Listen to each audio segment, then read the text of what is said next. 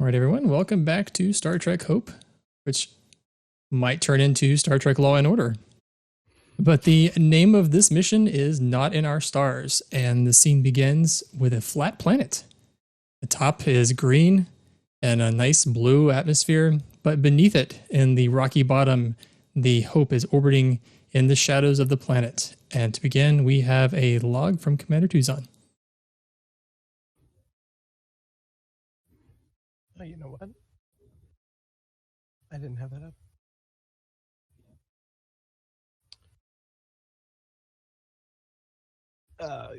Give me just a second here. I need to get it pulled up.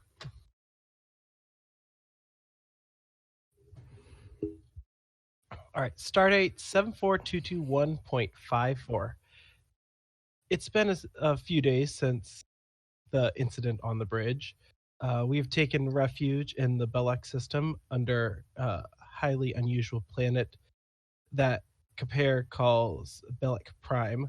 The planet is a flat planet, which is rare on itself, but has some rare minerals in its crust that has created a sensor dead zone. The Hope was able to retreat to the system before the Klingons noticed us. Before the Hope lost contact, the sensors picked up that the vessels were stopping to examine the Tagak. Counselor Erin has recovered from her procedure and has been assigned to light duty. Isha has been confined to the brig under heavy guard. With everything that has happened, including the death of Commander Lovely, the morale has really lowered. The captain is just called for me to report to his ready room and log.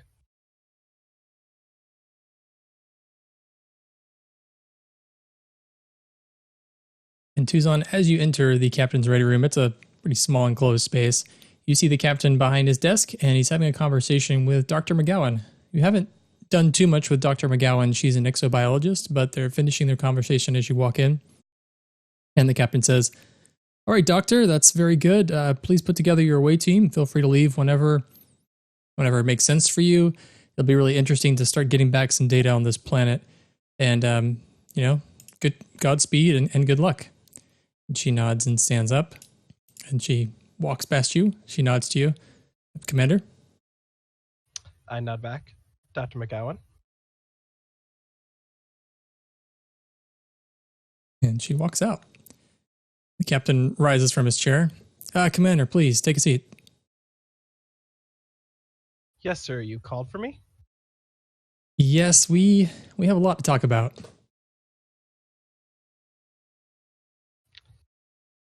Indeed, we do.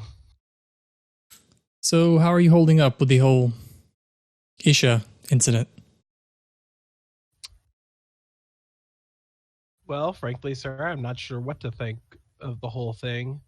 I think there's a lot of unknown information at the moment that we need to sift through.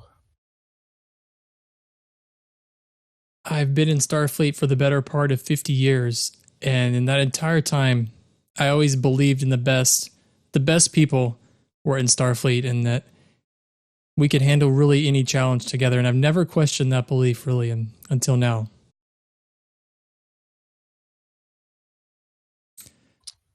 I understand, sir.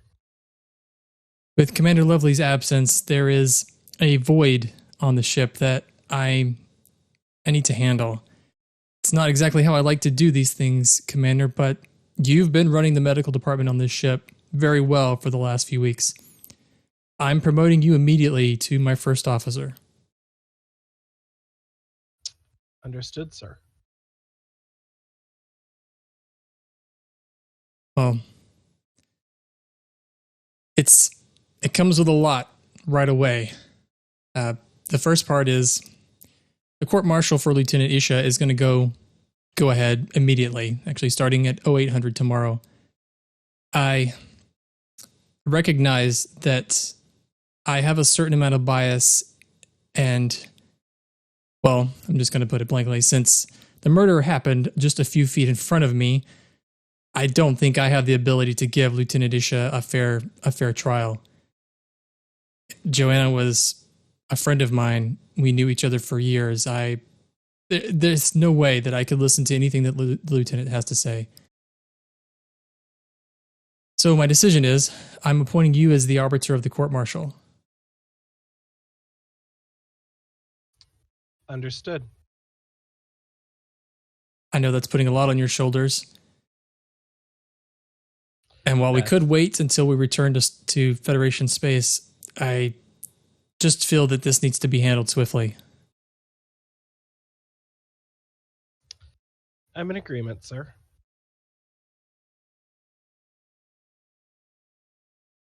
So for how the trial is going to work, I've already asked Ensign Montgomery to prepare as the prosecution against Lieutenant Isha. The ensign, I believe, is probably the most fair and measured person, especially the senior officers, to handle this. He was on the bridge, but I still believe he will be. I think he'll give a fair trial in pursuing the charges against the lieutenant.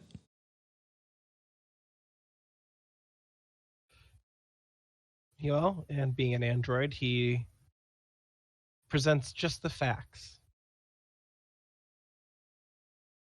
It's going to be difficult to keep emotions out of it. The attack was very brutal. Speaking of which, the lieutenant has requested to defend herself. Actually, against counsel, she will be preparing her own defense. She's currently being held in the brig. I have given the security detail the authorization to let her out. She'll continuously be under guard, though, and when she's done with her investigation, she will return to the brig. You'll see Ensign McGannis is actually requested to be relieved of duty. Apparently, the ensign is very unhappy with what went down on the bridge. He was, at the time, in charge of the lieutenant's security, and even after we've talked about it, he feels a measure of responsibility in what happened. That's understandable. But the last two bits, and he reaches and grabs a pad off of his desk and he hands it to you. We have two small personnel things to address. First of which is you're going to need to find a replacement CMO. Indeed, I will, or at least temporarily find a CMO. It would be difficult to handle the CMO duties with necessary duties of being on the bridge. I'm sure you have plenty of people in mind, and I will defer to your judgment on whoever you think would be ready for that position. Understood, sir. And lastly, as you scroll down, you see actually that Commander Lovely was pushing out a promotion for someone. And she says, "Yep." The commander was very impressed with all of the work that Special Lunaris has been doing, and she brought it to me anyway, the information about his placement inside of Starfleet and how Starfleet didn't recognize his doctoral abilities, and she's actually pushed forth his promotion to chief specialist, and I signed off on it. So if you don't have a problem with it yourself, because he's one of your personnel, I think we can go ahead and bring something nice to the crew. I know Specialist Lunaris has been doing a good job. I agree with the promotion. He's definitely in need of it.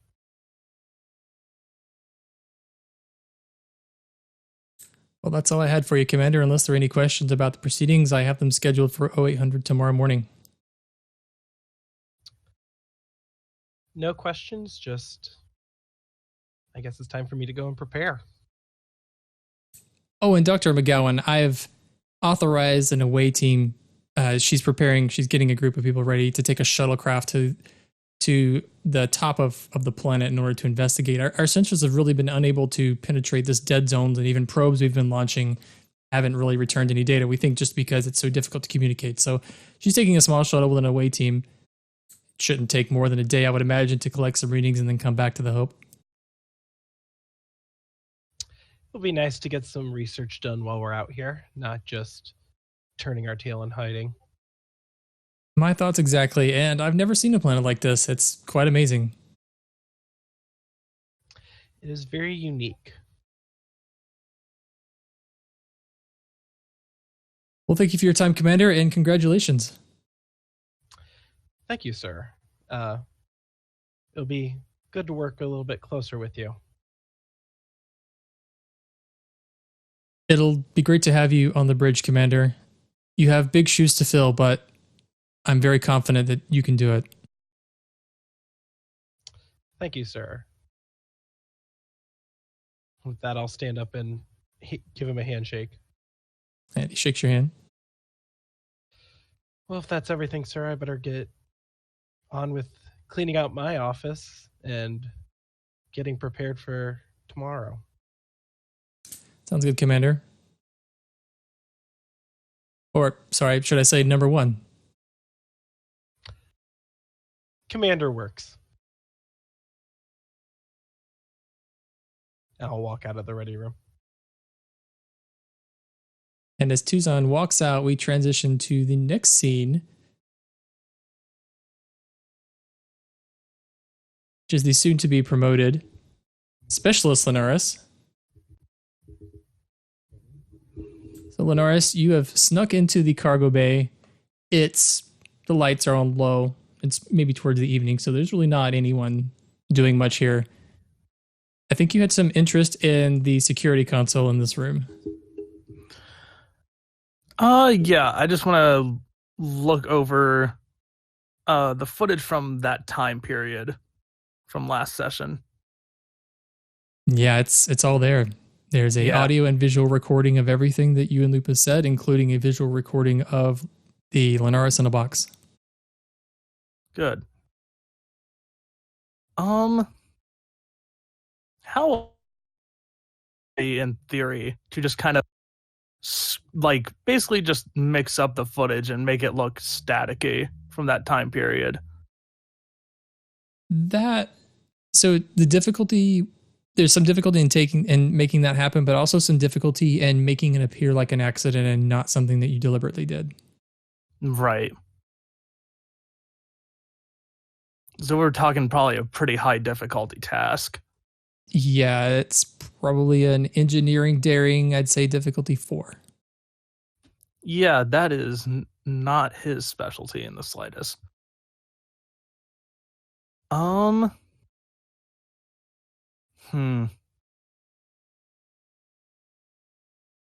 offer this up to you. You could succeed at cost by deleting all of the footage, all of the security footage from the cargo bay entirely. It'll be a much easier roll, and the roll you'll be doing at that point will just be to cover your tracks. Right. That would almost make it look worse, just to see all the footage gone from that area.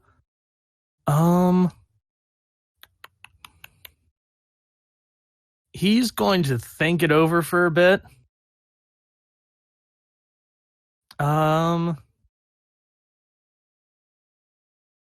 He might attempt something later, but I think now with the impending trial, he probably doesn't want to take the chance of making more bad stuff happen on the ship. So he's just going to leave the footage as is and walk out of the cargo bay. Okay. And he's going to go talk to, if he has the time, Lieutenant Isha in the brig. Okay. That's the perfect segue into our next scene.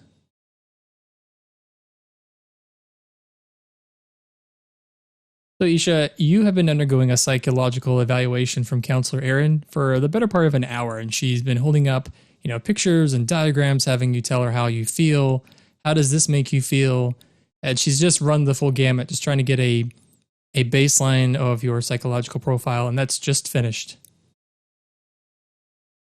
And for the second time, Counselor Aaron, with all due respect, I swear it's just a butterfly. I don't see, Klingon ships exploding. It's just a butterfly. Very good, Lieutenant. Well, one last question, and then we'll be done with all of this. How do you feel about what happened to Commander Lovely? I feel that it is best I save that comment for the trial. Well, there is this part, at least, will not affect my report. So if you have anything you would like to confide in me, it'll be protected by doctor-patient confidentiality. I just very non-subtly point at the security officer or officers that are in the room. And what about them? Because they're going to hear it too. And the security officer you're pointing to is Ensign Danik. So Ensign Danik is a tall, basically wall with legs. He's an Orion security officer. His arms are as big as most people's waists. He was obviously assigned to security not only to watch after you, he's the one that's going to be shadowing you, but he's a very imposing presence. And Aaron looks at him. I understand, Lieutenant. Privacy is going to be very difficult for you for a while. As I said, Counselor, I think it's best that I reserve that answer for the trial. Is there anything I can do for you? I need a pad, preferably one that'll let me, dig into ship systems. I'm not asking for you to get me like contraband, but if I'm to prepare an adequate defense from here, motioning around at the brig, I'm going to need at least some access to ship systems, and I'd rather not walk around the corridors at this current juncture.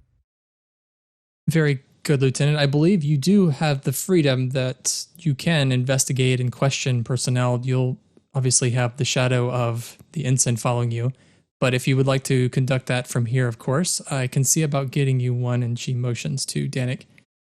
Danik walks over and gets a pad. Apparently, he has a secured thing that he wants to give you, which also, means that anything you do will be monitored. Mm-hmm.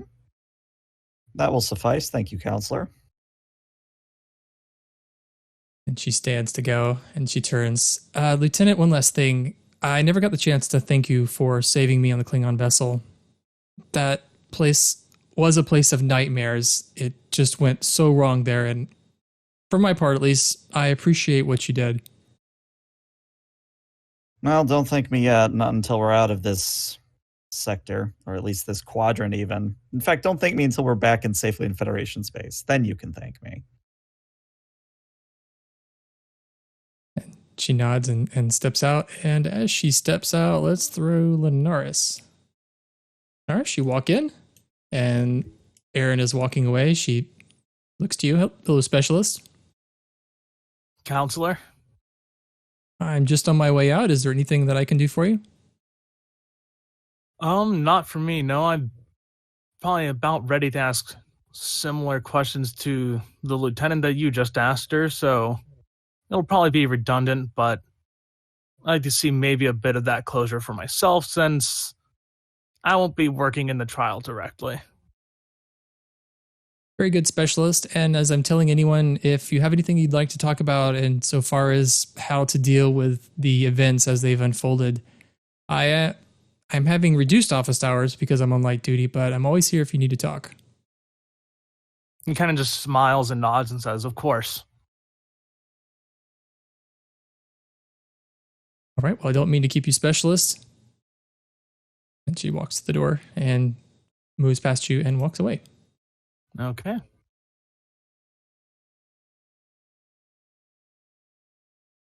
He'll kind of slowly walk up to where the entrance to this cell is.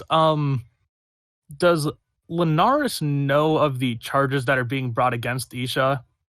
I think so. I think it's probably public. Okay. And he'll kind of just look at her sitting there and just like, Lieutenant? Can I help you? Yes, I just want to ask you about some of the charges that have been brought against you, and I guess whether you think you were justified in some of your actions or not. I know that we'll get this during the trial, but I wanted to hear a bit of it from you beforehand, if I may.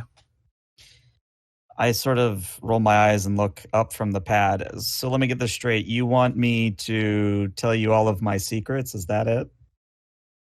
No, that's not it. That's not really it. I just wanted to... The one that almost disturbs me the most would be murder in the second degree for killing Lovely. Now, for lack of a better way of putting what some ensigns might call you a hard ass, I don't necessarily think that would bring you to not necessarily have the capability to murder someone, as it were. Is there a point here? Because I'm not seeing it. I guess what I'm asking you is, did you have a reason to kill Lovely? There was a reason, yes. Do you care to tell me, or would that be just in due time at the trial? In due time. Speaking of which, I've been meaning to ask you about this, and GM Josh and Linares permitting, I'd like to not show like the logs of the cargo bay, but I would like to show that maybe Isha has picked up on the fact that Linares is spending a lot of time in a cargo bay. You would certainly have the ability to make that determination by now. Okay. So yeah, I simply hold up the pad and say, so what's going on in the cargo bays? And I'm assuming it, rather than like video logs, it's almost like, time logs of Linares, Specialist Linares is here from X time to X time, that kind of thing. Yeah, it's definitely not the video log. She hasn't gotten that far yet. Okay. Yeah. He kind of just looks over the times that he's been in there. Well, for a while I've been keeping some plants both there and some are in my quarters, but the majority of them are in a box that I keep in the cargo bay. Just simply some plants that might be important to my religion. And I've been trying to keep them in an environment that I thought would be best suited to their growth. So, and he'll kind of pull up, it'd be basically like a basic reading of some of the elements of the box that he keeps the plants in, as far as you're aware. Mm-hmm. I had the box specially made to make sure the plants were able to best thrive. I know we have science labs that could be suited for that, but I wanted to do this as a bit of a personal project, as it were. Well, really, the only reason I bring it up is because I've been looking for any unusual activity. And one such notice I found was that Lovely was meeting with Dr. Lupus rather often in the cargo bays. And when I ran a further search, your name came up. So I don't know what that means yet, but you can be rest assured I'm going to continue looking into it. And when you say the stuff about Lovely meeting with Commander Lupus, you do see his eyebrows sort of raise a bit. And, do you think this would have anything to do with one of your other charges, the times with Lovely meeting with Lupus about conspiracy to commit mutiny? You'll have to wait for the trial to hear that answer. Of course. Well, sorry, go ahead. I was going to say, with this exchange, I think we should do some opposed rolling here to see, Isha, how much you can get out of this conversation to see if Linares is telling you the whole truth. Sure. So, Linares, if you could roll me a command control, and then Isha, if you could roll me a command insight, and whoever has the most successes wins. If you guys tie, then that means, Isha, you've got nothing. Yeah, I have a feeling it's going to be a tie, but here goes nothing. Hey, 2 successes. You said it was control command for me? Yeah, control command. I'm just looking at some stuff here. deception as a focus here. Oh, yeah. And do I need to pop this? What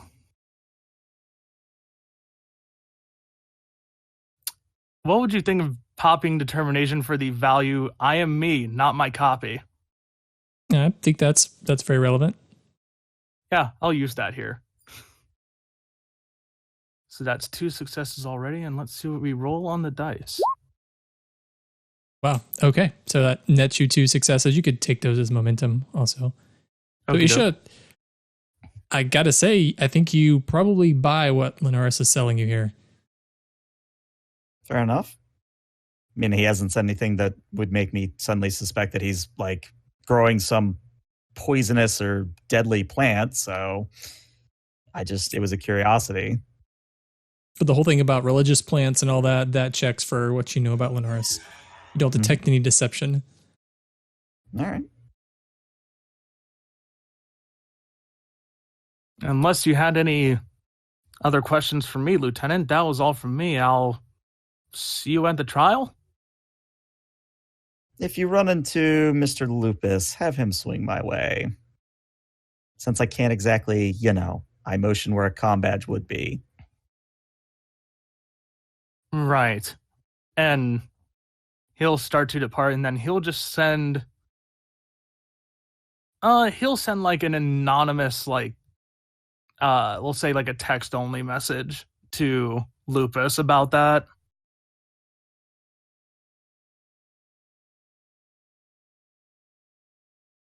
And then I don't think there's anything pressing for him at the moment, so that's it from me. And as you're walking away, Linares, Danik reactivates the force field and takes a stance so that he can watch Isha. Yep.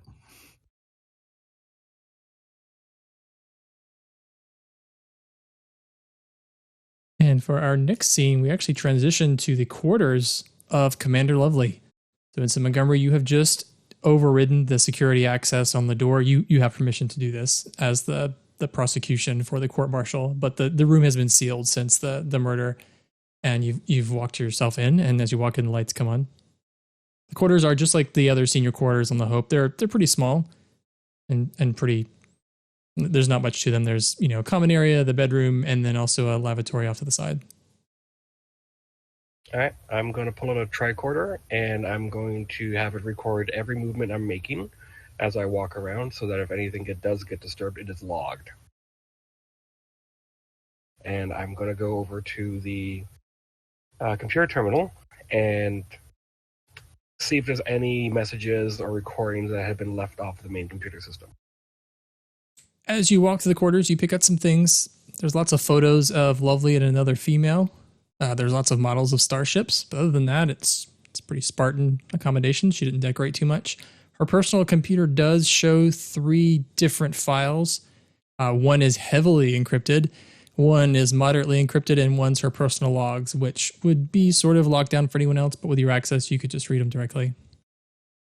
Okay, for the 2 files that are encrypted, are they, how shortly before the event on the bridge were they? The one that's heaviously encrypted, it was created at least before you guys crossed into Klingon territory. The moderately encrypted one was updated maybe a few days ago, or a few days before the incident on the bridge. And then she has personal logs that lead all the way up to that day. All right. I'm just going to read the last 2 entries of her personal log. So the last 2 personal entries, she's talking about being lonely actually on the ship. As the XO, she feels like she needs to distance herself from the crew so that she can maintain discipline. She also talks about being very worrisome about the situation, especially with the Klingon vessel. And then she makes a note, appraising,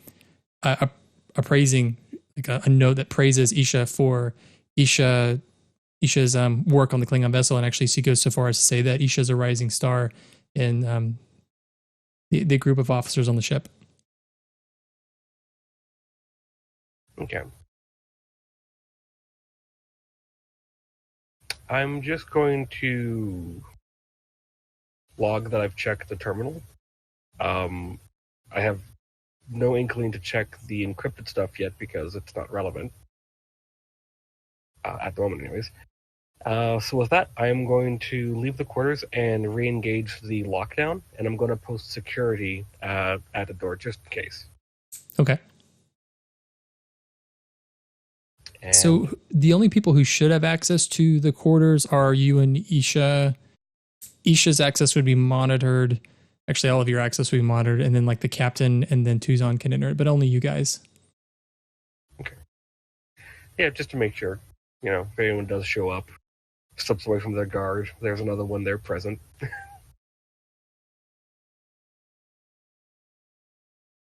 And then, go ahead. Did you have something else?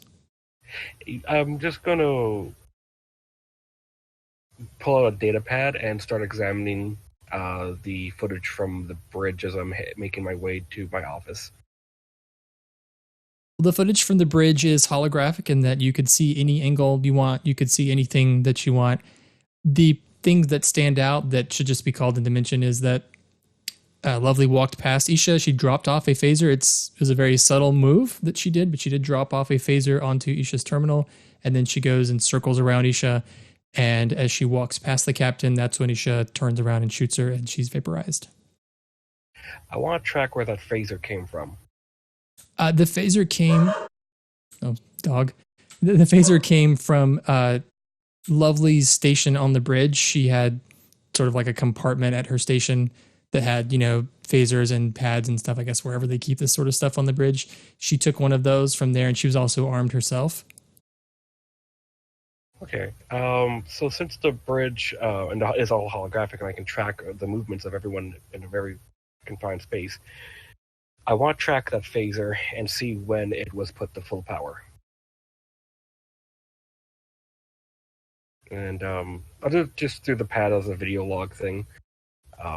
But if I need to, I can go to the holodeck. Just putting you in the hallway. You can tell from the pad the phaser was left at her station. It looks like she did not do anything with the settings herself. Apparently the phaser had been charging, and for some reason it had, like when it had completed its cycle, it set itself to the maximum setting. A relevant detail, you can see that Isha did not modify the settings on the phaser before she fired. Okay. Any logs I can see of who would service this phaser for maintenance? Was it just Lovely, or was there anyone else that would come in contact with this phaser for any, standard maintenance? I'd say 8 of 13 would have been the last person that would have checked all the phasers on the bridge when she came on duty. Okay. Since I can process information rather quickly, I want to play the recording monitoring that phaser until someone else touches it in reverse at a high speed. So that phaser sits in the compartment charging for a while, and then reverse, you see 8 of 13 just inspecting all the phasers. She's joking with someone or she's talking with someone, and she looks through all of them quickly, and then she continues on her work and then continues to cycle back even further. And that phaser is just really sitting there for a long time. It hasn't actually been used. And then you cycle back all the way to a maintenance point when the ship was on a starbase. So it looks like this phaser hadn't actually been really touched by anyone since the record started, maybe 2 months ago. I'm going to make a note that all the phasers should be inspected for any possible malfunctions, and make sure that any default state should be set to stun. And I'll send it off to the acting security officer. And, who at this point I decided is going to be 8 of 13 also. I think she's the only other security supporting character that we have. So I'll do that. And have I gotten the results back from any medical work from Isha? You would have just gotten the record from Erin with her psychological evaluation, and the evaluation is pretty simple. She says that Isha is totally in sound mind and body. She sees nothing unusual apart from some higher stress levels, which are to be expected. I would also like to note for the record that cynicism is definitely in that report as well. On the cynicism slider, it's all the way to the end. Okay. Okay. Anything from the doctors from the medical side of things?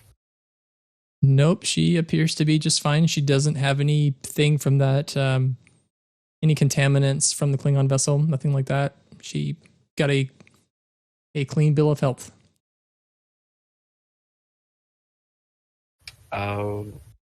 So Monty's going to remember that the captain had injected her, or had, ordered an officer to inject her with an inhibitor.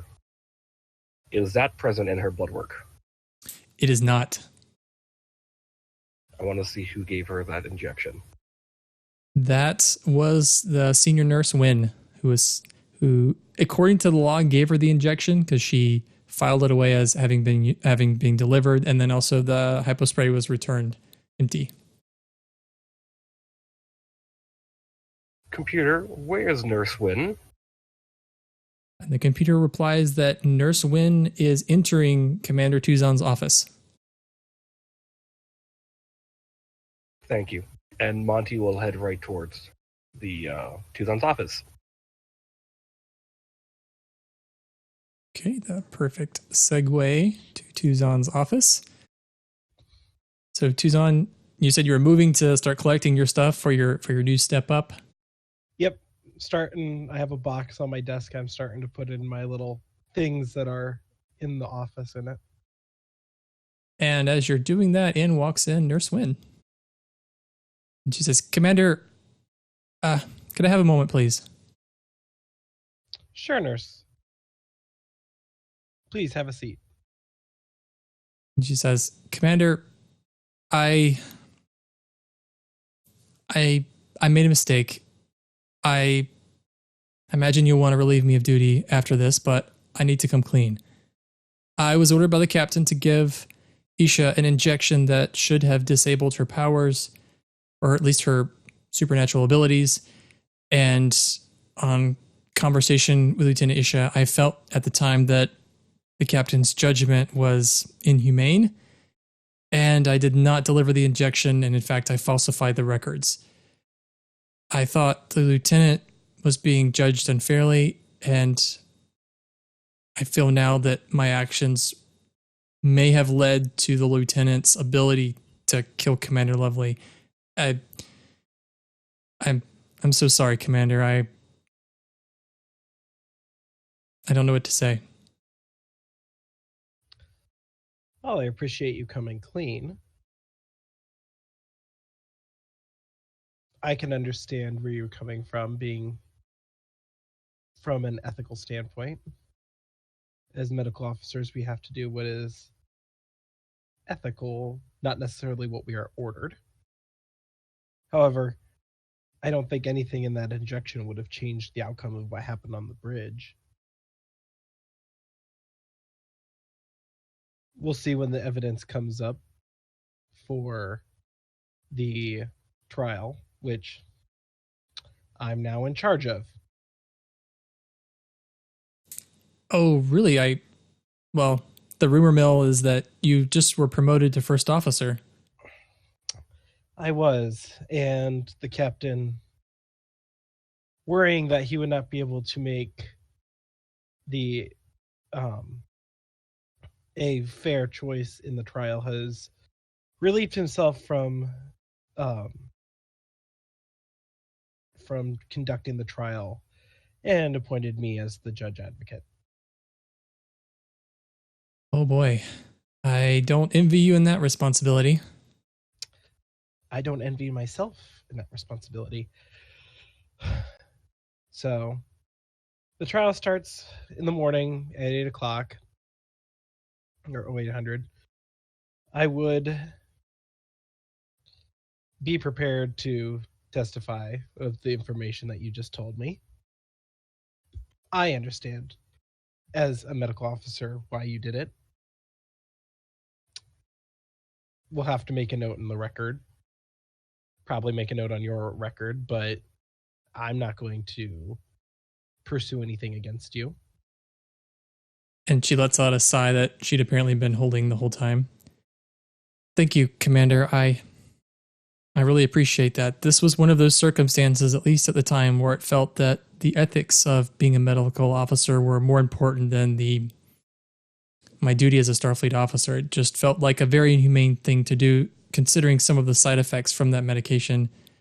And I trusted the lieutenant that she would do her duty. In hindsight now, I don't know if I made a mistake. The medication you administered did not change any mental capacity of the lieutenant and would not have changed any mental capacity. It inhibits some of the abilities, but it wouldn't have changed any decision that occurred. And about this time, Montgomery, this is when you arrive on scene and you see Tuzon and Wynn sitting there talking. Hello. Hello, Ensign Montgomery. Please come in, have a seat. Thank you. He's just going to sit down and he's just going to rotate his chair to look at Nurse Wynn. Nurse Wynn, I have a report here that you signed off on a medical procedure done to Isha. You gave her an injection. I was just telling the commander, Ensign, that report is invalid. I, at the time, felt that the captain's order was inhumane, so I did not deliver the injection to Isha. I took the injection myself and had to deal with a splitting headache for the rest of the day, and then, I'm not very proud of this, but I falsified the log saying that I had delivered the injection when, in fact, I hadn't. I see. I would like blood work to be done on you just so we can verify that you did take the injection. And I would also like full information on this substance, its half-life inside someone's body. Of course. I imagine you don't want me to do the test. I can find someone else to do it. Preferably, yes. Thank you. He's just going to look at Tuzon and he's like, I have been informed that you will be the judge. Indeed, I was just informed a little bit ago of that myself. Well, then I will not ask you any questions that will pose any issues for your judgment. I will take my leave. I'll say one thing you notice about Monty. He's not smiling. His face is emotionless. He is doing everything by the book. It's the first time we've seen him act more like a machine than him doing his little smiles like a second after he says something. Nurse, after you're done with that, I would like your input on who I should appoint as the chief medical officer while I am serving as first officer. Oh boy, Commander. I was hoping that you would pick Dr. Bateman, but of course, Dr. Lupus is the more experienced.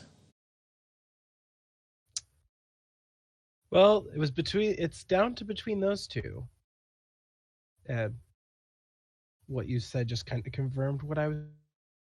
Thank you, nurse. All right, well, I'll arrange that test for you, Ensign, and try to follow the book now, at least when it comes to giving injections, if you'll excuse me. You're excused. And then I'll hit the comm badge and call Dr. Lupus and Dr. Bateman into the CMO office.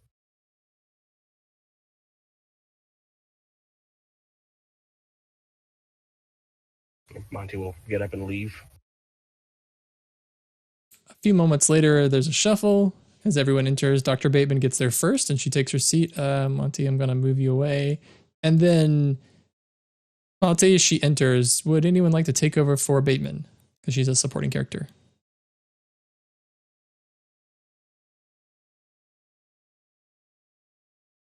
We'll take silence as a no. Well, mostly because I have no idea how she would react. She's not my supporting character. I'm the one that made her. Well, But I think clearly that means you should talk to yourself, as all good role-playing games do. I concur with this statement. I made her for the 4-tier plan. I was not planning on this. Well, after you and Bateman converse, we can just not have her talk too much. But after you're just exchanging pleasantries, a noticeable amount of time passes, and then in walks Commander Lupus, and he takes a seat without being prompted. Yes, I'm very busy. What would you like? Well, I wanted to inform you two, as the other two of the senior medical staff on the ship, that due to our unforeseen circumstances on the bridge, that the captain has promoted me to first officer.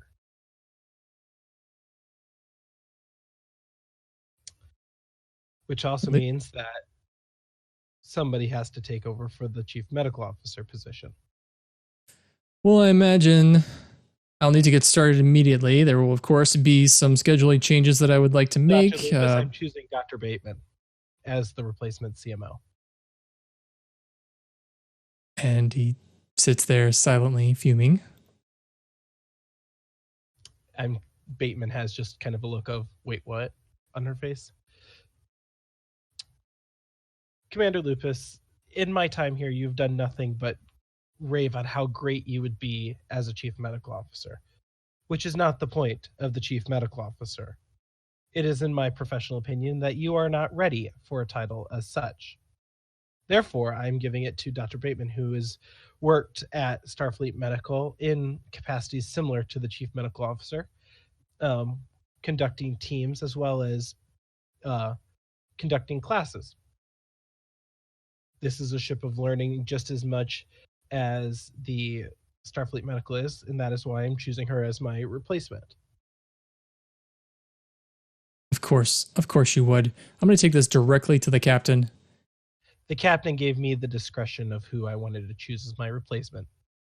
Well, then I will contact Starfleet Medical directly. This is unacceptable. What is unacceptable is your behavior to accept that you are not ready. Doctors much more experienced and more skilled than yourself have deemed me as ready for this role. I have been training for probably the better part of your life for this position. You don't even know how old I actually am. This is an entirely irrelevant conversation. I can tell you've made up your mind already. Apparently my qualifications will mean nothing to you, or my records, my surgical records on performance. So do you have anything else that you want from me? No, I just wanted to inform you both of the decision. As first officer, I will be more on the bridge. However, should we need extra assistance, don't be afraid to call. Bateman just goes, yes, sir. Lupus says, well, I'm quite used to the other medical staff on this ship requiring my assistance. Apparently that assistance is not appreciated. I never said your medical assistance was never appreciated. Well, if you excuse me, Commander, I have a page from Lieutenant Isha. Perhaps she would like to talk to me, or perhaps she's going to murder me, since that appears to be what happens on this ship. You are dismissed. And without even saying goodbye, he just pulls out of his chair and storms off. I just turned to Dr. Bateman. I apologize for putting you in this position with personalities like that, but we need somebody with a level head who can take charge of the medical division of a medical ship. And Bateman just goes, I understand, sir. Thank you. And with that, Tuzan will stand up and grab the box of stuff and turn to Dr. Bateman and go, well, the office is now yours. Congrats. And Tuzan will walk out. And we will transition back to the brig as soon as I can find that scene. Go. Oh, no, Linares. So, Isha, you requested Lupus to show up, and maybe an hour later, he strolls into the brig, and he's just fuming mad. And he walks over to Danik. He has to look up at Danik because Danik is so much taller. He says, can you give us some privacy, please? Danik just kind of walks over to the corner. Well, Lieutenant, what do you want? I'm very busy. Yes, I'm sure you are. I'm going to be asking this of you at the trial as well, but can you explain why you and Lovely were meeting quite often in the cargo bays? And Sure. Before you answer, I should qualify that I'm not here to judge you for whatever actions you may take. However, if there is anything you hide from me, rest assured I will know. Well, Lieutenant, I will take this opportunity to remind you that accusing a senior officer without substantial evidence is grounds for an insubordination charge, which I think could be added to your long list of charges. So make sure you tread carefully here. I just smile back at him. But to answer your question, which I will freely answer, Lovely and I were just having a conversation in the cargo bay as Linares, Specialist Linares, is growing some plants that he says are religious. I brought it to the commander's attention that said plants might need to be screened for toxins. And so the commander and I met there in a few situations to investigate the area, and that was all. Perfectly within my purview as a medical officer on this ship. You know, that's the second time today I've heard about religious plants. Did you know anything about this? I don't prescribe to any silliness such as that, but the specialist has his ways. There are many other crewmen on this vessel who partake in this sort of hubbub or superstition. It's not my place to judge them, but it is my place to ensure the safety and health of the crew. So in that, I was performing my duties. Although apparently those duties and my ability to perform them is not appreciated by anyone here. Well, personally, I've never interacted with you much, but you seemed a pretty well-versed doctor, one who knows his stuff, one who, as you said, is underappreciated. So let me say this, and I whisper, I drop my voice down to whisper, but I imagine Danik can still hear me. When I meant, if there's literally anything you need to tell me, I don't care what you and Lovely were doing, but if there is something that is relevant to what happened on the bridge or in that cargo bay or anything else, I don't care if I go down to the trial. My concern right now is to keep everyone on this ship as alive as possible. And yes, I realize that is extremely ironic coming from me. What I have learned, Lieutenant, is that I can trust no one on this ship, and I guarantee if anyone tries to take me down, I will broadcast all of the secrets that I have, and I will take many people down with me. In a certain light, that could be construed as a threat, but as you said, I don't need an insubordination charge on my record, so that'll be all. And his eyebrows go up as you say that. Well, if your questioning is done, Lieutenant, I will take my leave. I mean, I'm pretty sure that is what I just said, so maybe you need to get your hearing checked too. And I just give him a biggest shit-eating grin I can.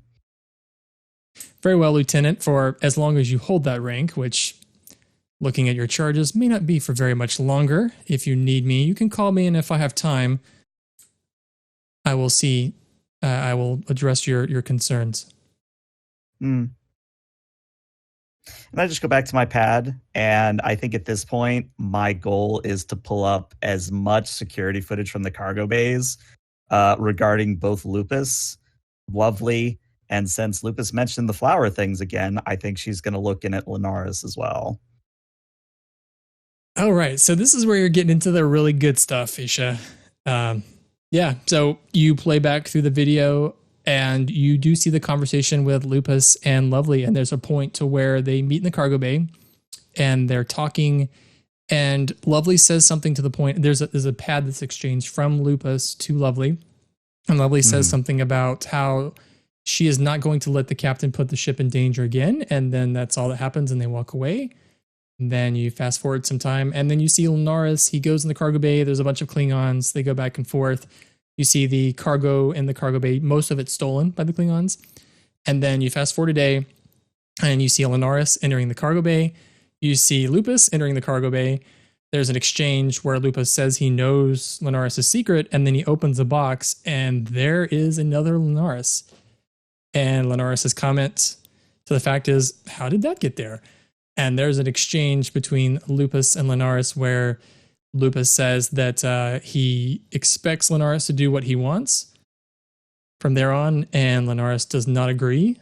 And Lupus gives him an ultimatum that he has to agree by a certain time period or Lupus is going to expose his secrets. And that continues on. And then today, you see Lunaris enter the cargo bay, access to the security terminal. He doesn't do anything, but then he walks out. Danik, I need you to look at something. I can look for you, Lieutenant. Just remember, anything that you say or show me, I will have anything to... I say or show me, yada, yada, yada. I don't care about that right now. Look at this. I show him the recording. You see what I see, right? Which part? All of it. Like that first, pretty much the last 2 days with the second Lunaris and the Lupus. And once the recording's done playing, I say, I don't really give a shit about Lupus. What I'm concerned about is there's 2 Lunarises on this ship. That's not supposed to happen. How's that possible? Could it be a hologram or something? Hologram, changeling, cameloid, I don't know. But as one of the only other security officers on duty right now, you or someone else needs to go find out immediately. Can Monty show up now? Sure, Monty, if you were on the way, I can drop you in. And Montgomery, as you walk in, you see Danik. He's close to the force field, which is still activated, and Isha and he are having a conversation. He'll walk over. Am I interrupting? Well, that depends on whether or not you're interested in interrogating me or in dealing with what might be a problem aboard the ship. How so? I play him the logs. Doesn't make any expressions. Very well. Danik, please go take care of this. Investigate and secure the cargo bay. Yes, sir. Ensign, if you leave this I brig know facility... I'll be shot. Just go handle the security crate, Danik. Very good. And as he's walking out, you see he grabs a phaser off of the table or one of the units here. Is there another ensign or individual in here controlling, like, at the station there? Yeah, I'll say this lady is a permanent fixture who can go nowhere. Who's just like controlling force fields or whatever they do here. The secret is she's always just a hologram. She's the emergency brig hologram, the EBH. I'm just going to look at her like, please lower the force fields to allow me to enter, please. And hitting a button, she does that. And the force field disappears. Walk in. He'll pull out a data pad and it's like, this is for you. This is a report submitted by Nurse Wynn. I'll be questioning you on this tomorrow. Sort of raise an eyebrow, look at it, and I say, okay. I mean, I fail to see how this has any bearing on my charges, but sure, I can talk to you about that. There's also a few other things I have logged as well. Character statements from other individuals that I've interviewed. Is there anything you wish for me to know? Well, besides what I just showed you, suppose there is a bit of a concern that I have after learning what I've just learned, that perhaps the mutiny I thought I had handled was still in motion.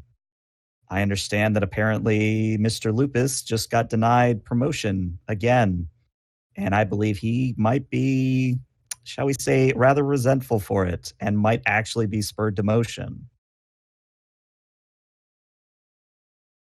Very well. I will keep tabs on him. But as far as I am concerned, this is just hearsay. If anything does happen, rest assured that the tab that I'll keep on him should hopefully negate anything he tries. Good, because I would absolutely hate to have to say I told you so a third time. Just still a stone face expression from him. Anything else? I mean, I could do with a hot mocha. The replicator in here doesn't really do that. Unfortunately, you've been confined and you are receiving such limitations due to your confinement. Worth a shot. Lieutenant, and he'll look towards the ensign. So wait for him to let him out. And she looks up from the thing she's holding in her right hand, which looks very important, and then she lowers the force field so you can step out. Okay. Have a good night. I just sort of wave after him, but I don't say anything. And he will then tap his comm badge, and it's like, Ensign Montgomery to Captain. And there's a moment the captain says, it sounds like he was asleep. Yes, Ensign, what can I do for you? Sorry for disturbing you, sir. We may have a situation in the cargo bay. I will be investigating it. I just wanted to keep you aware so you're not surprised. And I'll send them the information of what Isha had showed me. Thank you. Thank you, Ensign. Also keep Commander Tuzon apprised. He's now first officer of the ship. Understood. Ensign Montgomery to Commander Tuzon. This is Tuzon. Go ahead. I'm informing you that if what I find in the cargo bay happens to be true, I will be sending security for Chief Specialist Linares. Would you care to join me? Yes, because now I'm very curious myself. You're at the cargo bay. Which one? Which cargo bay, GM? We just call it the main cargo bay. The main cargo bay. I will meet you there.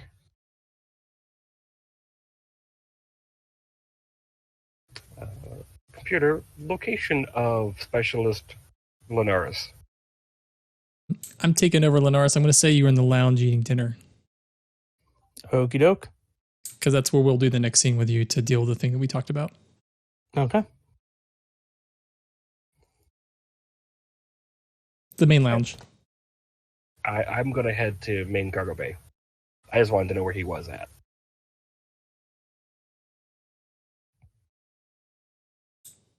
And Montgomery, as you walk away, so Isha, is there anything else you would like to do before we move on? Yes. I would like to record a personal log, but the contents of that personal log will only be played at the if I am charged with any of the four, like I am given a life sentence, etc., then the personal log will play. Okay. Do you want to wait to if that happens, or do you want to record it now? I'm going to record it now, but I'm specifically, it's one of those things where if I get charged, then it'll play and it'll make sense in the moment, I swear. Okay.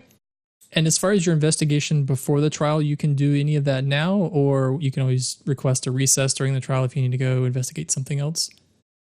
Honestly, I think based on all the security logs that she's seen so far, I think the only thing that she would want is whatever is in Lovely's computer, which I think I could technically get to with the pad. Yeah, you can access it. You've got the same stuff that Montgomery found. There are 3 files. There's 2 files in the personal log, and the 2 files, one is very encrypted and one is moderately encrypted.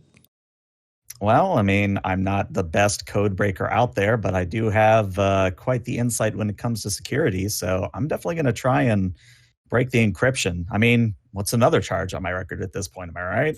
There you go. Which one would you like to try first? Let's try the hardest one. We'll start with the hardest and work our way down.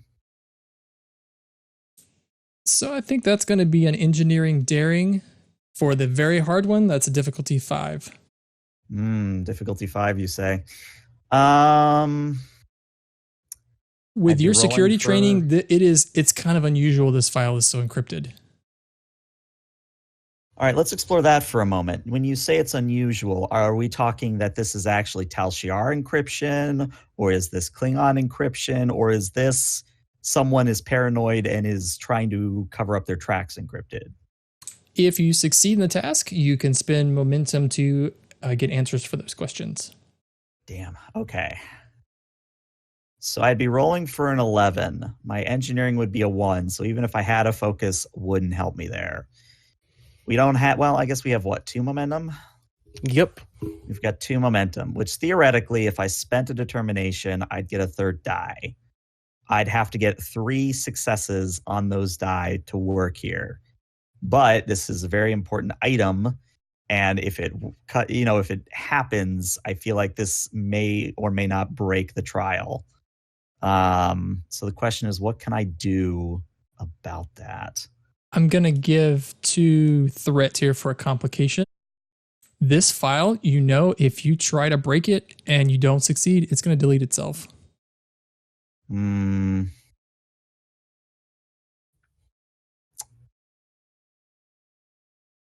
What if can I make a copy of it first, or is it one of those that's so encrypted that you can't even copy it without it triggering? It's that one. Yep. Question, and I have a feeling the answer is, because this is me asking out of character. When it comes to supporting characters, like Isha has no effective rank at the moment, right? Yeah, she doesn't. She can't give anyone orders. She can get help with the trial, so she could ask someone to help her. She could do that.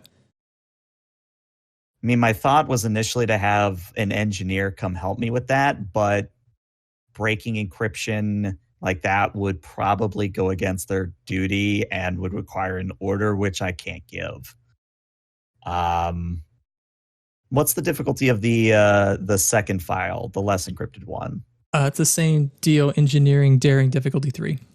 Difficulty 3. Why don't you let the drama scene play out, and I'll think about what to do here. Okay. So moving on to the lounge. So Linaris, I've dropped you in here. So as you enter, I imagine you probably came to get something to eat because it's probably later in the day. Sure. And we'll get to that role that we talked about. But as you walk in, you see everyone kind of quiet. It's actually pretty crowded. People are, eating and drinking and stuff. And the thing that grabs your attention right away is Grekin, because he's kind of making a lot of noise. He's singing loudly, and in front of him, he's just got a row of drinks. And in the corner where he's Is he usually singing at, 9 to 5? Yeah, he's singing the whole Dolly Parton library, maybe. He'll just kind of look over to Compare and nod at him. And he's going to walk over and he's going to take a seat by Grekin. Okay. Grekin Looks like says, you might need a bit of a drinking buddy, as it were. Specialist, why don't you have a seat and get you a drink? What would you like? Well, what are you having right now? Don't know, but it's green. Here, have a sip. Is it like in a shot glass, or is it a bottle, or?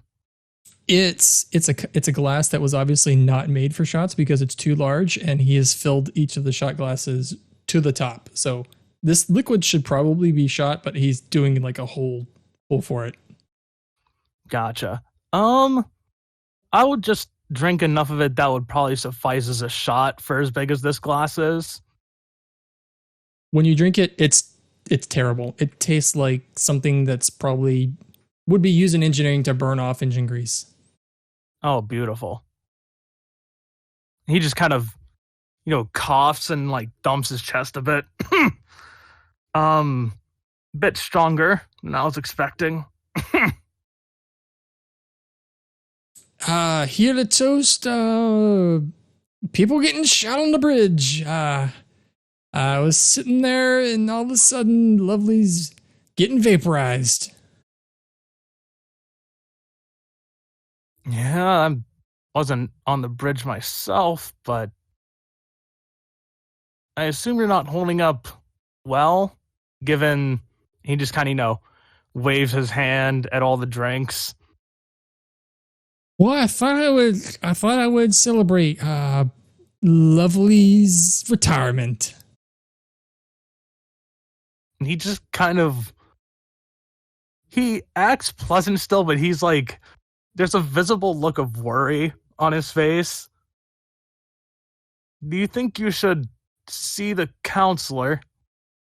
And he takes one of the empty glasses and he throws it, and it hits Shit. the area behind the bar. And he's like, "Nope, I don't need a counselor. I don't need to talk to anyone."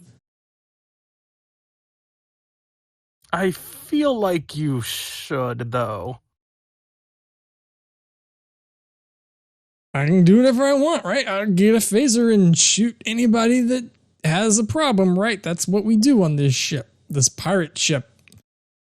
Are there any security officers on board here in whatever we're calling this lounge at this point? There aren't, out of character. They're probably all headed to the cargo bay. Gotcha.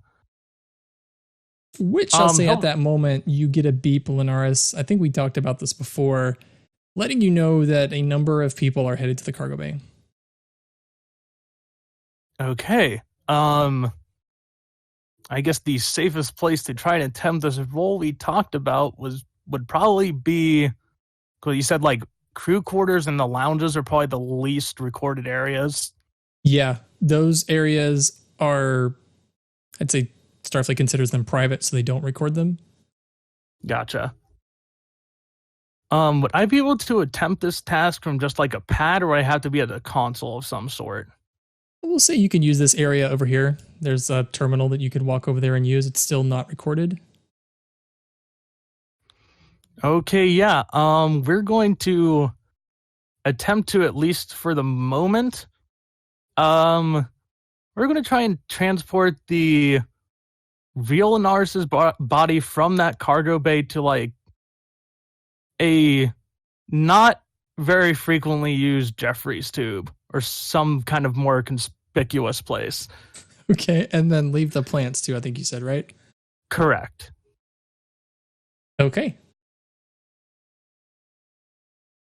So Linares, as you walk away, Grekin just waves at you.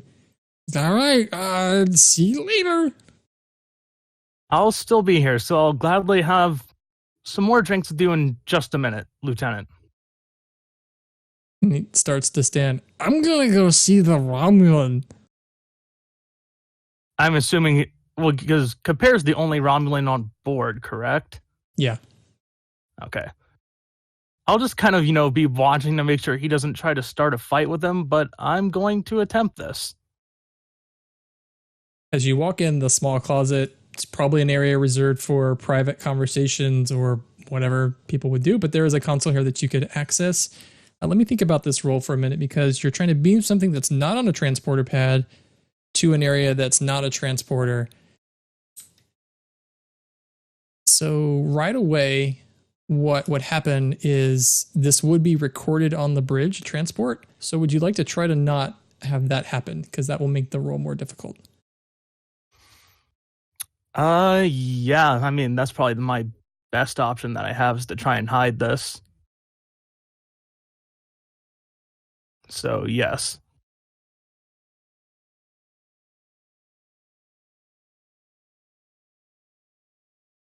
There's going to be a lot of math going on.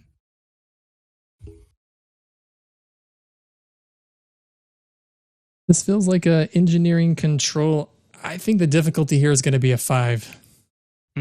Because you're beaming it from a small area into a small area, and you're also trying to not be detected. This is going to be pretty tricky for really anyone, not just Linares, to pull off. Yeah.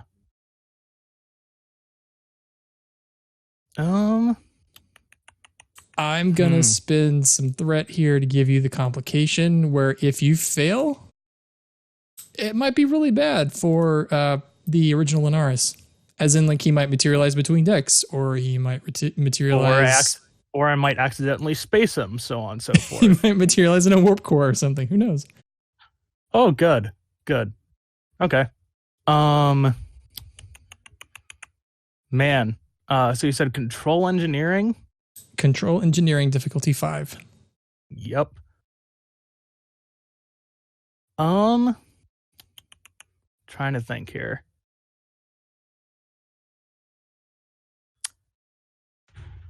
I'm going to challenge one of my values of sometimes you have to fail to succeed. And I'm going to immediately replace it with the value of I cannot afford to fail. That sounds good. And I'm trying to think here. So that's 2 successes.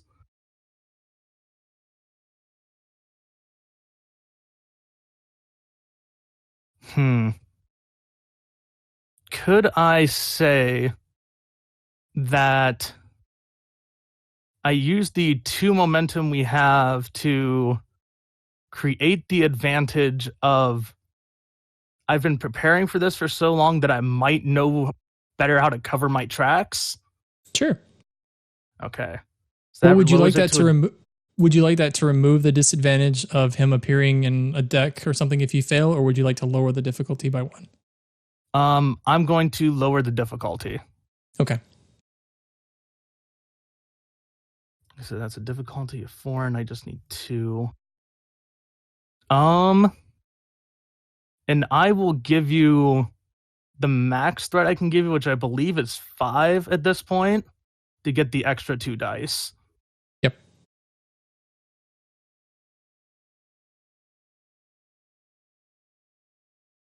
Okay, so that's 4.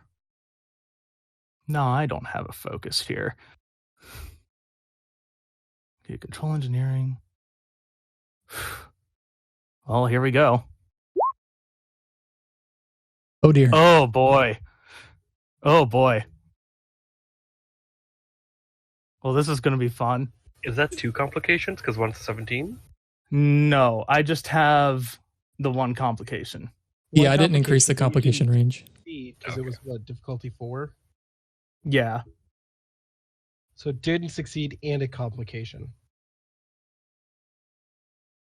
Let's see. Okay, so you dematerialize the copy, and he rematerializes in sickbay. Oh boy. In the middle of sickbay, and the complication is everyone on the bridge knows about it. It pings operations console, and it also ties right back into you. Like it's a very clear, hey, here's Linaris. That's the complication. I'd let you spend threat if you want to take that away, but that complication will be it's a direct line back to you. Everyone knows it was you. Right. And you said what I could give threat to do what exactly? You sorry. can give me threat to drop that off, that complication, but as far as him materializing in sickbay and that transport failing, you can't get rid of that. That's the failure. Yeah. I'll give you the threat to get rid of that complication. Okay. So no that one knows complication would really screw me. Okay.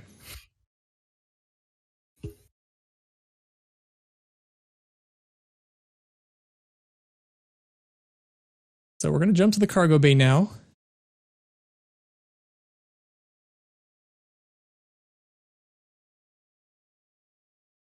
So Montgomery, you arrive on scene, and Danik is already there with lots of security personnel. And I'll say after a moment, Tuzon, you arrive as well.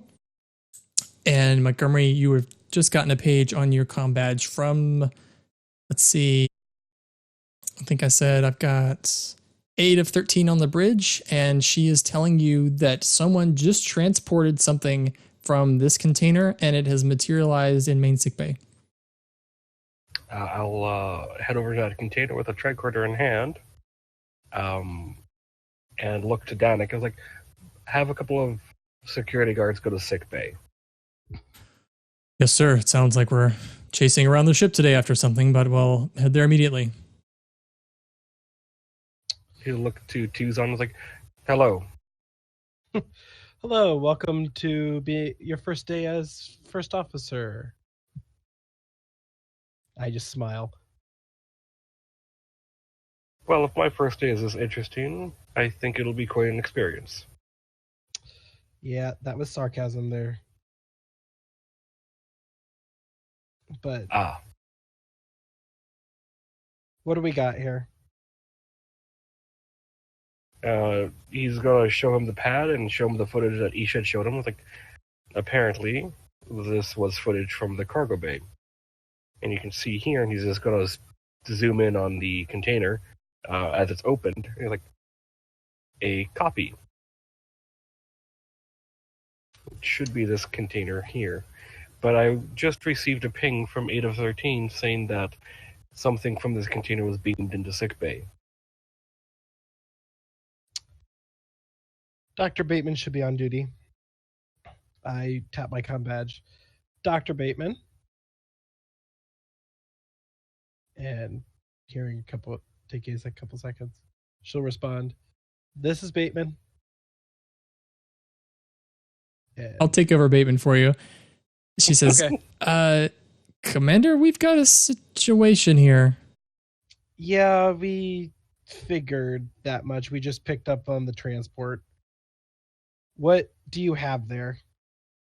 We have a person that looks like Specialist Linares. He is very combative, and he's got Nurse Wynn and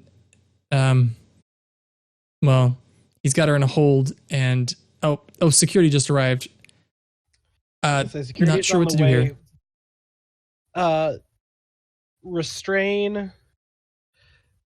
Have security restrain. Run medical test on it to see if it's a clone or what we're dealing with here.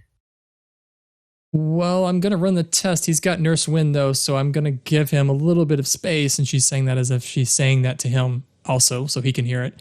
So we're just going to give you some space and just going to run a little scan. Not going to hurt you. Isn't that right, Ensign? She's saying it to Danik. So stand down. And it sounds like she's doing some kind of scan. I look at Montgomery. We got to move quick because it's getting hostile in sick bay. Understood. And as he's saying that, he's going to quickly pull up a live feed of the silver blood entity he has in his one of his labs, and just make sure it's still there. It is still there. It was in a state of disassembly. Remember, before it had copied part of Linares, so it wasn't a full Linares copy. And it has slowly been turning back into just silver, and now it's just like a puddle of silver. Like any part of it that resembled Linares is now deteriorated. Okay. I'm going to head towards that container and just crack it open. When you crack open the container, there's just some plants. I want to take a scan for any energy signature and any, because as a person, you lose a lot of skin cells in a day, hair, everything like that. So I'm scanning for all of that. Give me a reason science difficulty 1. Reason science, as an android, I automatically succeed on one of those checks. Since it's a reason. Complication. Okay.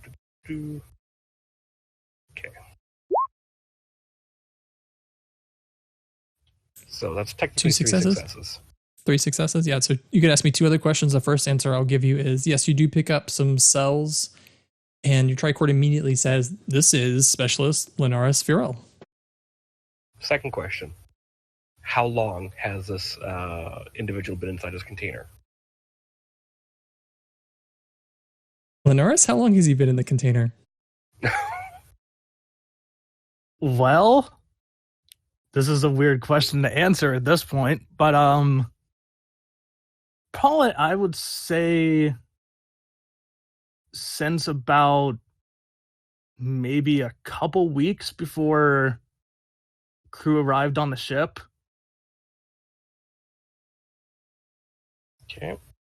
And second question is, am I detecting any morphogenic matrix in the DNA? You are not.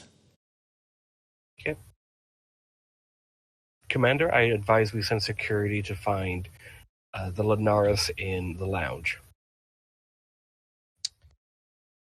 I would be in agreement, Edson, because he got some splaining to do. I tap my comm badge. Security, locate Specialist Linares. Last known location was the crew lounge. And you get a reply, yes, sir, we're sending personnel to that location. And I will say that when security comes, Linares doesn't put up any sort of fight. He lets them take him.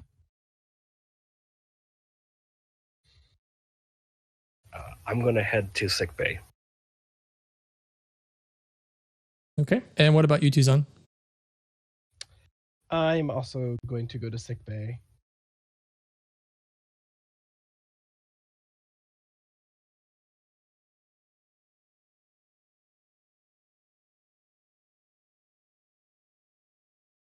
So as the two of you enter, you see the situation is very much like Bateman described. There's Linares, or a person that looks just like Linares, off to the side. He's got Wynn in like a chokehold, and surrounding him on the exits are Danik and the other security personnel. They have their phasers lowered.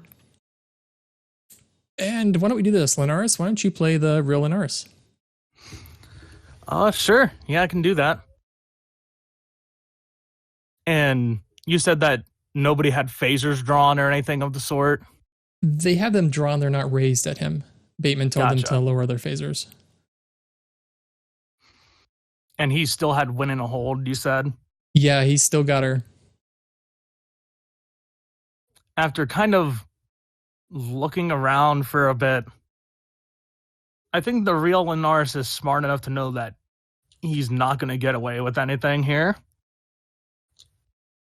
And he will kind of like let her go and then like forcefully push her away from him to the nearest officer. So Wynn probably goes flying into Danik, but Danik doesn't move because Danik is a gigantic Wall. Orion, and he just sort of catches her.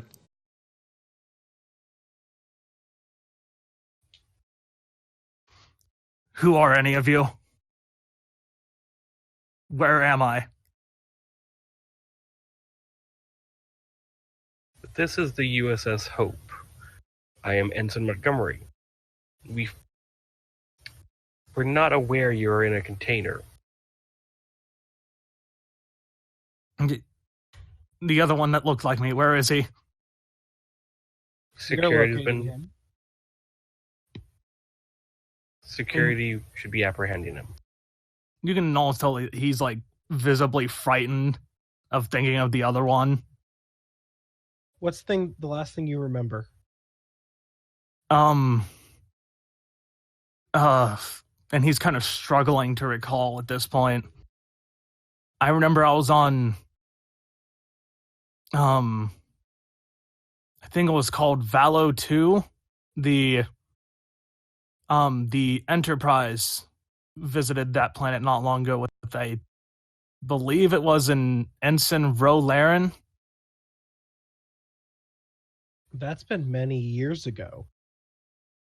Many years, correct. I'm sorry, my memory's a bit foggy. Take your time. You're in a medical bay. Why don't you have a seat on the medical bed there? And let's look you over, because it looks like you were in stasis for extended periods of time. And he won't sit on the medical bed, but if there's like a chair nearby, he'll kind of sit down in that.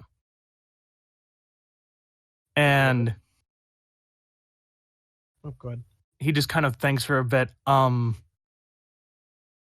I can remember is not long after the Enterprise was on that planet, there was some kind of liquid, I don't know, for lack of a better way of putting it. I didn't ask your name. I'm sorry. I'm Commander Tuzon Edon. I am now first officer of the ship. I see. Well, oh, sorry, go ahead. Was the liquid golden nature? No, it was kind of more. I think the right word to use would be mercurial. Like it was almost silver, for lack of a better descriptor. I side eye Montgomery. Like, you getting what I'm getting? I had assumed a founder, but it appears to be a wrong guess. And, well, for a while, I used to be a member of the Maquis for a time, but what we were doing there, the more we hurt people, the more I thought we shouldn't be. So I moved to Valo 2 as a way of finding peace, and well, apparently that didn't last too long.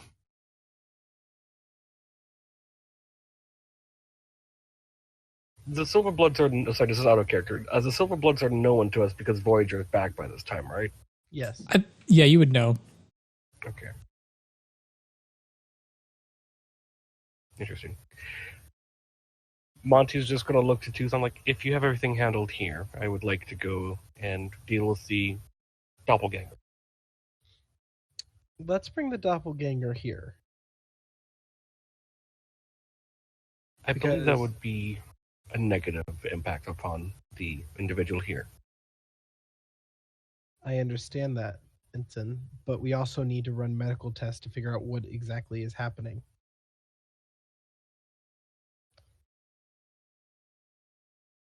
Very well. Or, if you don't want to bring him here, take him to Medical Bay 2 and have Lupus run a series of scans on him. Understood. And yeah, Monty will go intercept the security team that's gone to the lounge.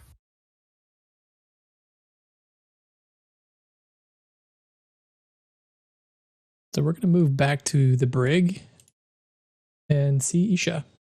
Isha, it's been pretty quiet after everyone left. You're hearing some chatter from the security desk because you don't have a really big security team on the Hope. It's hard to make out what they're doing, but apparently there's a lot going on. But I think you wanted to perhaps dig into some of those files off of some of Lovely's files that she had. My thinking is, and this still might be something I'd have to pass then spend momentum for, the encryption level that's on the file, is it captain's eyes only? Is it higher than that? Like there's specific levels of encryption, and I'm just wondering what level would it be if it was, because it's got to ask for some sort of level of clarification or not clarification, classification. It's got to ask like, are you qualified to see this? Yada yada yada.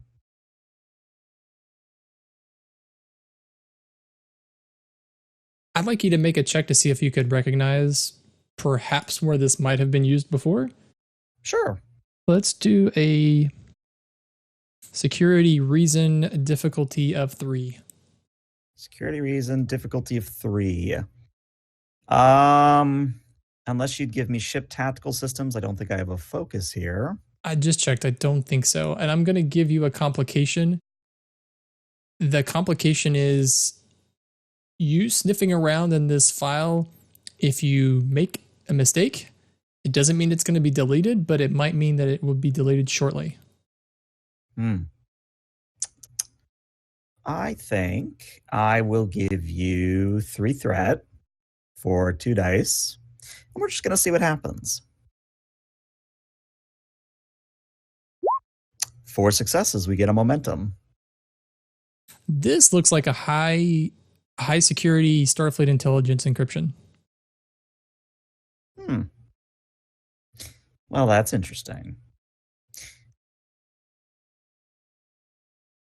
I'm just trying to think what she would do with that information. I think she'd distract herself while she processes that, and she'll call out to the woman at the console. So, any updates? What's going on? Hearing a lot of chatter. Lieutenant, unless it has something to do with the investigation, I've been told not to give you any other information. Ah, come on. I literally wrote your personnel report. I gave you a glowing recommendation to the superior officers. And then you murdered one of them. Okay, fair point. Fair point. All right. Then I go back to the Sorry, pad. sorry, Lieutenant. That was. It's been a hard few days for all of us. Apparently, there's a copy of Specialist Linares running around the ship. I don't know. It's a little confusing. Let's just say that had I not, I'm not going to justify my actions until the proceedings, but let's just say that if me doing so has uncovered a greater plot, I am okay with that.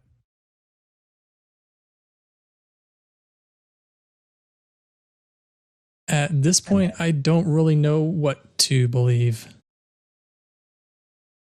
Well, you can believe you're breathing air and that you're on a Starfleet ship, and that's more than some can say. I guess it's just good to be the security guy or gal in the brig at this point. My job is simple. I keep you in there. I'll let everyone else chase down the phantom medical personnel, but my job is pretty simple. And you're doing a lovely job of it. Probably wrong choice of... Sorry. I go back to my pad. And she goes back to pressing that button really hard, whatever she's been doing over there. Mm-hmm. I think I'm going to go for it. I think I'm going to go for the encryption breaking on my own because I don't think it's sporting of me to call in a supporting character. I'm just going to try it on my own. I am going to spend my determination that I'm headstrong to a fault and that I really, really want to know what's in this file, especially if it's SI encrypted. Okay. And then I'm going to be giving you, let's see, it would be 5 momentum, so 1 momentum for threat. Okay. And we're going to see what happens. I have no reroll available, so either this works or we lose this plot thread. I'm going to give some threat here that if you fail, also Montgomery will be paged, that you are bypassing some kind of security system. Well, I was supposed to do, that should have been a daring engineering, but let's check those scores. 13 wouldn't have passed, the 6 would have, and the 12 wouldn't have, so that's only 3 successes. I mean, I guess I could technically challenge a value and try again. I did throw up that values. I did throw up that complication where if you failed, it was going to delete itself. So I think that would happen unless you want to give me some threat to kill that complication. That will happen. And then the second complication is Montgomery's going to be notified that you are hacking some security file.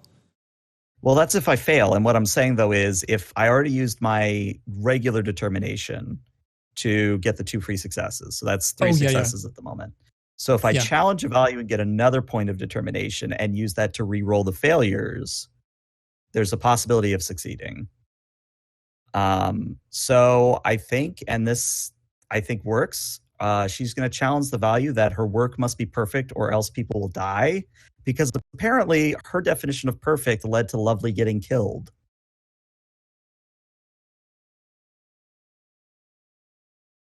I buy that. Yeah, I can buy that. Okay. So let's see. I'm re-rolling 1, 2, looks like 3 dice here. And that is a control engineering. That is all selected properly. That is a significant change from before. That is now a grand total of 7 successes. So we actually get 2 momentum out of it. Woohoo. So you crack this file wide open, and what you find is that Lovely is apparently, or was apparently, working with Starfleet intelligence. That's a problem. Since you rolled the 7 successes, I'll let you keep the momentum and just give you the rest. But what the other files say is she was actually assigned to recover more information on this Romulan faction that Starfleet Intel believes is working on a rebellion against the Klingon Empire. They call themselves the Rakol, which is Romulan for revenge. She's been monitoring Compare actually quite closely because she thinks that obviously if there is a Romulan rebellion, she should maybe watch the one Romulan on the ship, but she has no further information. And is there, and I can give you momentum if we need to, is there a callback, a beacon home, I forget the actual term for it, some Starfleet frequency that I could potentially talk to someone on? She does have that information. Yep. Give me a momentum for that, though. I will give you momentum. It looks like it's a direct line to Admiral Lavelle. Okay, here's the follow-up question. In the brig, on my pad, do I have access to transmit out? You do, however, all of your transmissions ship-wide are being jammed by your location underneath the flat planet. Okay. But you could conceivably do it. Well, you could do it. You'd have to bypass security because you don't have that access currently from the pad they gave you. But you could hack your way through it. Talk to me about the difficulty of the hack. So the hack would probably be another engineering daring, probably like a difficulty 2. Okay. I would probably throw you out a complication on a failure would mean that you would certainly throw up some red flags. And then to actually get the transmission through the interference of the flat planet would be on the difficulty scale of like a 5 because the ship has just been cut off from where you are. What if I didn't transmit initially, but I sort of stored it in the banks such that once the interference is cleared, then the message transmits? Yeah, that could work. Okay. The difficulty there would be, do you want this to be something no one else can find? What would be the change in difficulty? It would probably be a change from like a difficulty 1 to like a difficulty 3 or 4. Can we treat it like a signals jamming where I can pick the difficulty and that's the level of quote unquote encryption? Oh, yes. I like that. That's nice. Cool. Then let's treat it like a difficulty 3. Okay. And actually, you know what? Let's amend that. A difficulty of 2, because I think I've just used my luck for this session. Difficulty of 2, I will give you 1 momentum and roll 3 dice. And let's see what happens. Well, first, before you do that encryption roll, Yes. you need to do the roll to hack the pad to get into the system in general. And that's an engineering daring. I think I said difficulty 2. Yeah, 2. So it's basically a back-to-back roll here. And I'm going to be spending both momentum unless people really want it. You might want to roll the first one before you spend the momentum on the second one, though, because if you can't Fair. get out of the brig cell, then it doesn't matter. Fair. Nope, I don't even get out of the brig cell. I'm going to spend... complication. You guys have given me 14 threat, so I got to spend some threat. Your attempts here have been noticed. Okay, that's fine. And yeah, I think I'm composing a message to be sent out if and when I get comms access again. Okay. And now we return to the rest of the drama. Back in the lounge.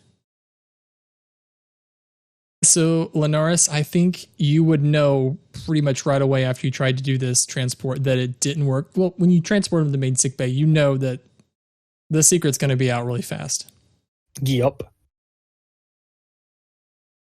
And as you're walking back, Reckon says, all right, get back for the party. Want another drink? He will... Is one of the glasses full? Yeah, he's been filling them all the way to the top. He is going to just grab one of the glasses and shotgun it, even though it's terrible. And then he is just going to exit the lounge and wait for the security team to take him.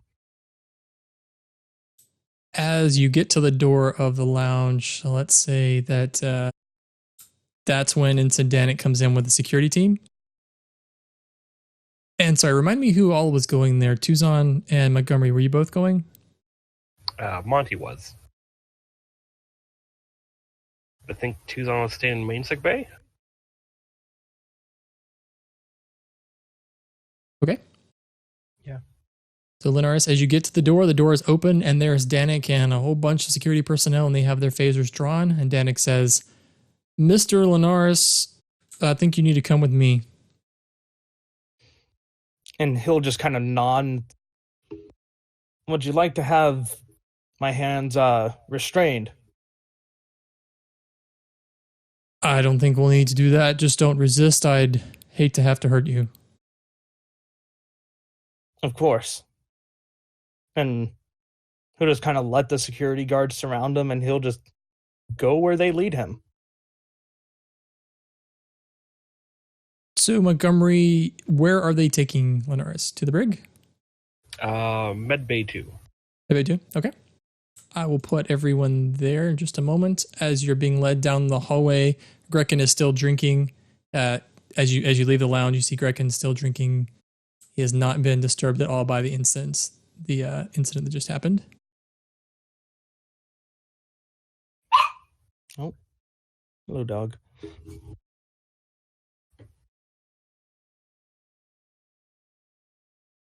Oh no, I forgot about him. Sickbay 2, that's Finley's sickbay. Oh no. I hope the Andorian's off the table by now.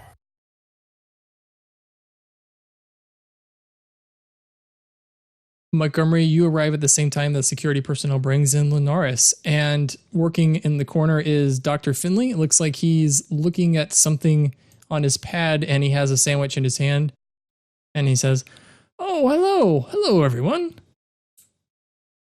Have you come to see the latest egg that Margaret laid? It's over here somewhere." Dr. Finley, if you would be so kind to please excuse yourself from the laboratory for a few moments. Why, of course. Is there a reason? Did I do something wrong? No, it is just a request, a favor, if you will. I guess I could. That would be no problem. Do you mind watching Margaret while I'm gone? Do you think you could take her? Well, my friend, she is a hologram, so she comes and goes as she pleases. Montgomery just look at him. Don't worry, she won't be in your way. Let's see. I wonder what that nice nurse, what's his name, Tuzon. I wonder what he's up to. I'll go see if he requires any assistance. Excellent, thank you. And as he's walking out, I bet you would like to know about the Vulcan that I checked out earlier today. He had the most interesting reproductive system that I've seen on any humanoid lately. Quite fascinating, and the doors close. Thanks for that. And the best part is that can be many things.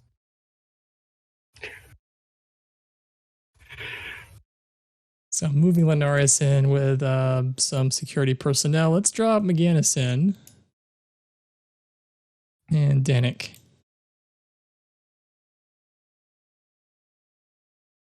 It's pretty quiet in sickbay.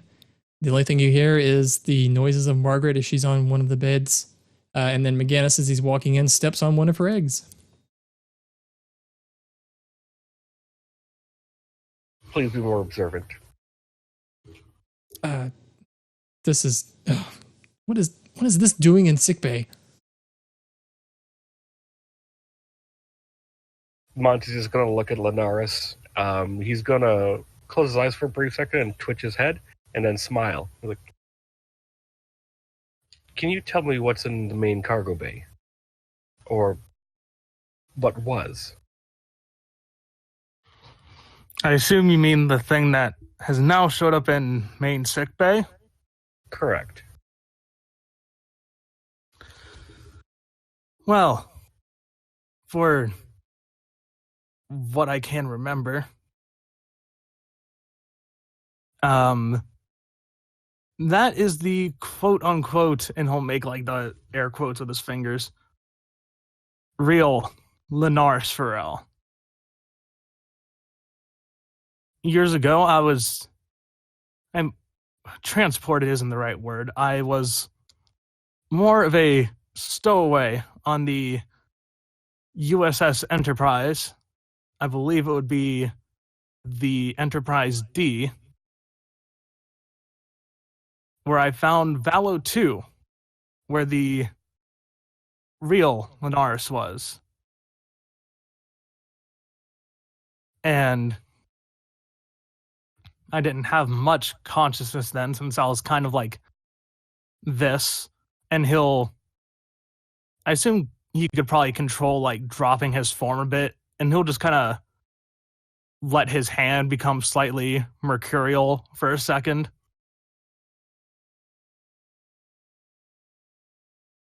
I got off the Enterprise on the planet, and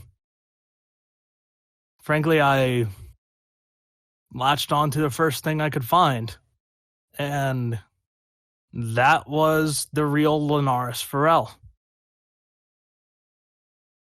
Being a new life and gaining any sort of consciousness I could at the time, the first memories I received for him were nothing but evil. So, being scared of that thought, I tried to incapacitate him as well as I could. And I wanted to try and do better in his name. And to maybe enhance myself, I kept him in that box so every now and then I could make my way there to feed off of him, for lack of a better way of words. I didn't necessarily see it as bad. I saw it as survival. And he kind of just falls silent for a minute, letting the people who are there process that. I hope you do understand that my position in this, I have to place you under confinement. And I completely understand that. Very good. And he's just going to walk over to the console and erect a high-level containment force field around the biobed he's sitting on. And at this moment, walks in Commander Lupus. He says, this better be important, Ensign. You pulled me out of a surgery. What's going on? Originally, we were going to have you run analysis on Linares here, but it seems that it's not necessary anymore. I am sorry for the inconvenience.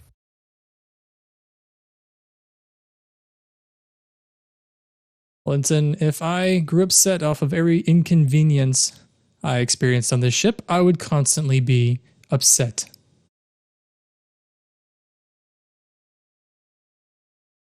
Monty will just look at him, just blink a couple of times, and look back down to the console as he's adjusting the force field to make sure nothing gets out. And he just gives you a look, Linares, and just looks right past you, like you're a fixture on the wall or something. He says, Right. Well, carry on. Yes, sir. Thank you. Then he walks out. Danik McGinnis, what is the size of the security detail of the Hope? Danik says, Well, I'm going to be honest, Ensign. We have about 15 trained personnel across the 3 shifts, normally 5 on duty. It's not something we need. We have, well, excluding Lieutenant Isha, we have most of that activated already. Understood. I would like to have 2 officers here to keep an eye on this Linares. Ensign, if we can move this one to the brig is more equipped to handle containment. If my word means anything here, which I'm assuming at this point it doesn't, but I will offer no sort of resistance if you wish to keep me here. And he'll just kind of, just kind of sit on the bio bed.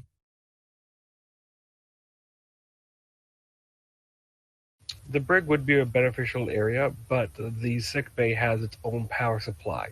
If anything were to happen, the force field would maintain even after ship lost power, and the brig fields would lose their power. It's also a kinder environment.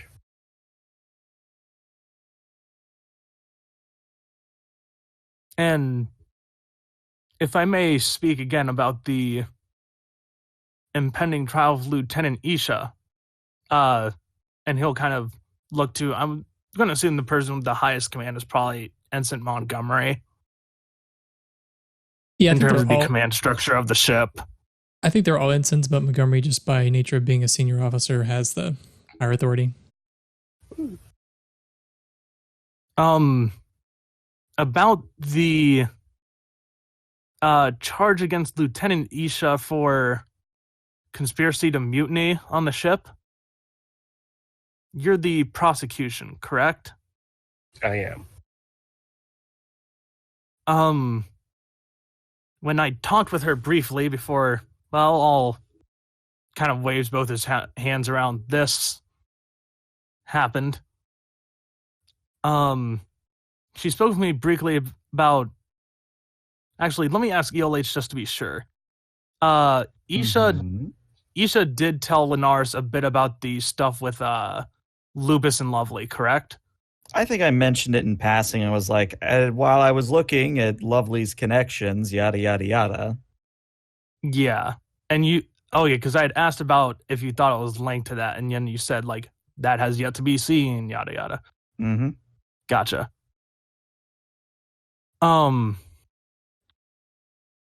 She spoke to me briefly about meetings between Commander Lovely and Commander Lupus. And I think both I and the ensign here, like tilting his head over towards Ensign McGannis, might have something that links to that, if I may speak about it. Very well. Proceed. While Commander Lovely wasn't directly involved in the conversation, when we were on the Klingon vessel, Lupus talked to me about something about stacking the cards in his favor to ensure that he would become the chief medical officer of this ship. Now, I don't want to make you yourself to make any conclusions or assumptions based off of just that, but he ensured me a higher position on this ship if I were to cooperate with him when we were on board the Klingon vessel. And part of making sure I would cooperate was what you saw of those logs, as I'm sure you've seen.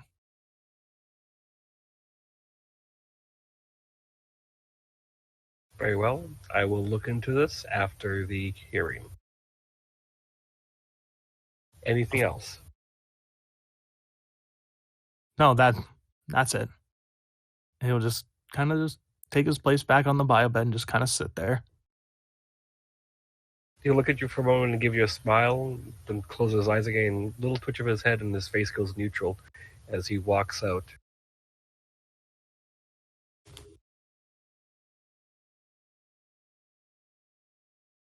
Ensign Montgomery to Commander Tuzon. This is Tuzon. I would like to meet you somewhere as private so we can discuss some things. Let's go ahead and meet in the first officer's office. Understood. It's a good thing androids don't sleep. We're all getting long nights tonight. You guys catch up after just a moment. I don't have an office for you. So sorry. So we're going to have to do some theater of the mind here. Use your imagination, Wesley. We just walk in and see Wesley there. Just go, oh, hello. Commander. Ensign? The doppelganger Linares is in Medbay 2 with a containment field established around him. He has stated that he has no intentions of resisting. There are 2 security personnel there that will be maintaining that field and also monitoring him. That'll do for now for that situation. He has mentioned, and I am kind of wondering this myself, Lupus has made multiple attempts with him. One attempt apparently occurred aboard the Klingon vessel. I will examine the EVA suit, as any communication should have been recorded. If there was not on any Lupus's side, I'll then check Linares' suit. Even if we have a one-side conversation, it is something to go on. The second thing is, Lupus encountered the doppelganger and the original in this container and said nothing. Been wondering about that because he said nothing to me as well. Of course, I made him mad when I didn't give him the chief medical position. It has been alluded to that the mutiny that was trying to begin with Lovely may have had more conspirators. I have no evidence at this moment to say otherwise or to expand upon, but with a further investigation after the trial, we should be able to find out more information. Agreed. This is not just a one-sided issue. It's going a lot deeper than that. But Lupus has been involved in a couple of different things right now, and granted, we are a small ship. However, I think we should confine Lupus to quarters until we can question him. Very well. I will go retrieve their EVA suits and analyze their communication logs. You do that. I'm going to go notify the captain of everything that has happened thus far. Understood. And he'll turn around and head on down to the shuttle bay to grab the EVA suits that were used on the Klingon ships for Linares and Lupus. I think that would be when you finally get down there in Montgomery, you can pull the logs, and they do confirm what Linares said, that Lupus made comments about stacking the deck in his favor so that he would become CMO, and that he does not actually mention a mutiny. He does not mention anything about Lovely. He just mentions about how things are progressing so that he could become CMO and how he feels very unappreciated.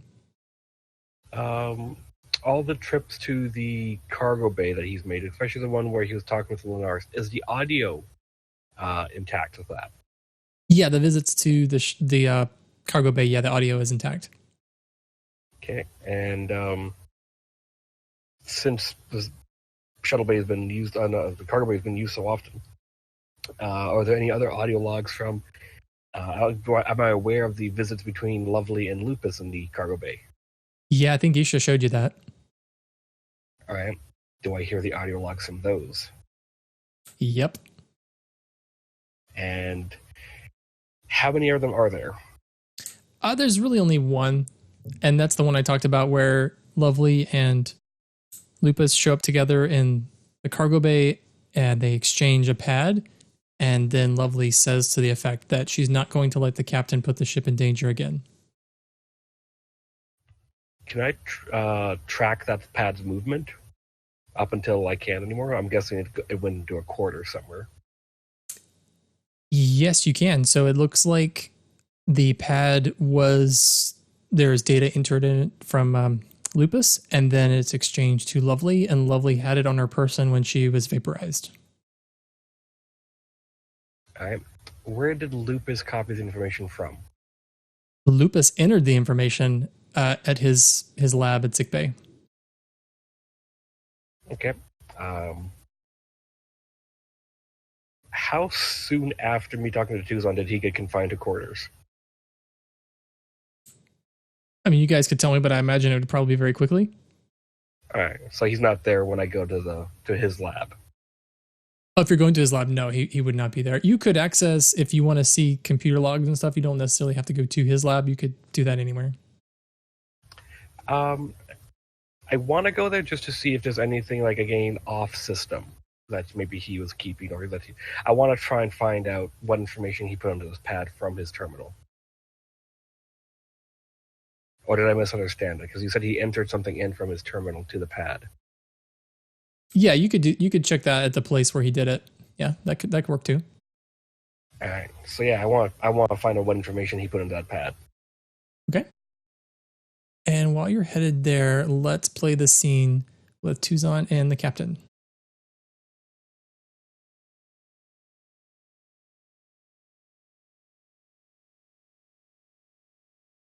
And it's pretty late. Actually, it's probably early in the morning now. So let's say it's maybe 4 in the morning. Tuzon, as you walk in, the captain he's in uniform and he's sitting there. He looks very, very tired. Well, Commander, it looks like you've had a busy first day.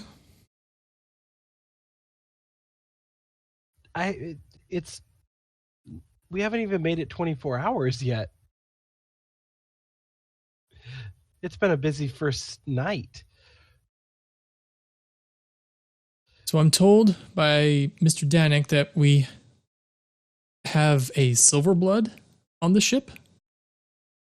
That is correct. As it appears, and through all the information we've received, Linares has been the Linares we have known, Chief Linares, has been a Silverblood. The Silverblood attached itself to the real Linares when the Enterprise D visited Valos 2, 20 years ago? 30 years ago? Over 30 years ago. So does that mean this copy has imprisoned him for this long? It would seem that way. And he does a double facepalm. I can't say, Commander, I really know what to do in that situation then. For all intents and purposes, they are both Linares. So 30 years, that precludes our Linares being in Starfleet. So this original, they haven't completed any Starfleet training, so they're not an officer, correct? That is correct.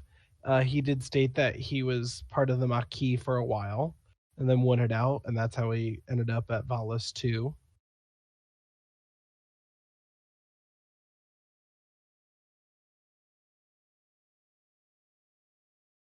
Perhaps we should confine that. Well, imagine you probably already have them in custody, but let's keep the copy Linares, our Linares, I guess, in custody. Do you think that sounds like the thing to do? He's currently in a force field in Medical Bay 2 with 2 security guards on him, with Isha in the brig. We're out of custody space. But also putting him in a medical bay where it's on its own power grid. If for some reason we were to lose power, it would still stay contained.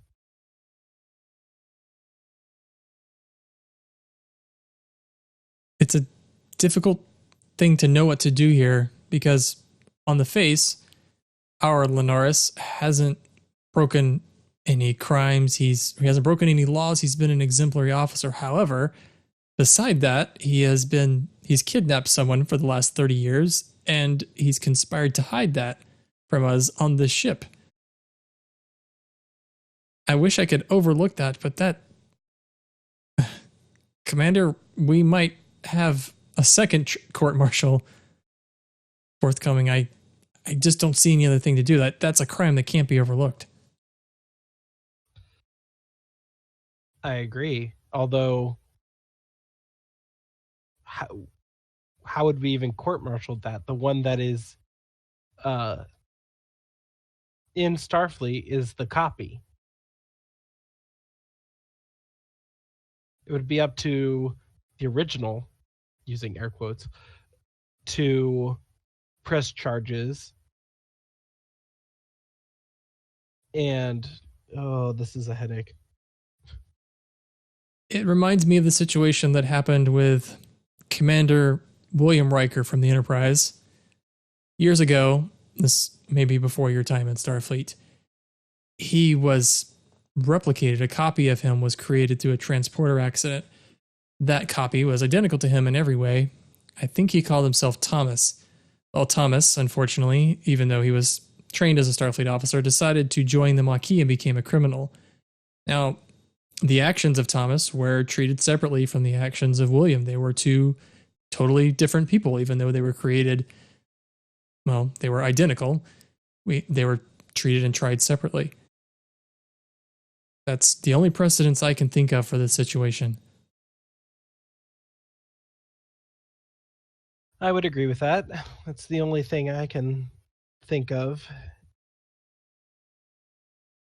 The original Linares has broken no crimes that we are aware of, at least that we could enforce as Starfleet. If he's not in Starfleet, then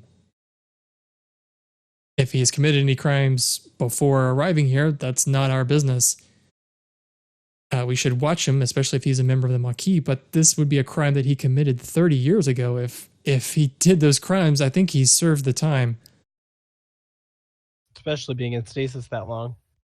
But even the Silverblood Linares, he impersonated somebody, but of the information we know from Voyager, that's how that species survives. That's how they're able to become a person, without a better way of putting it. So he was only doing what is natural to him. He shouldn't be punished for doing something that is natural to that species.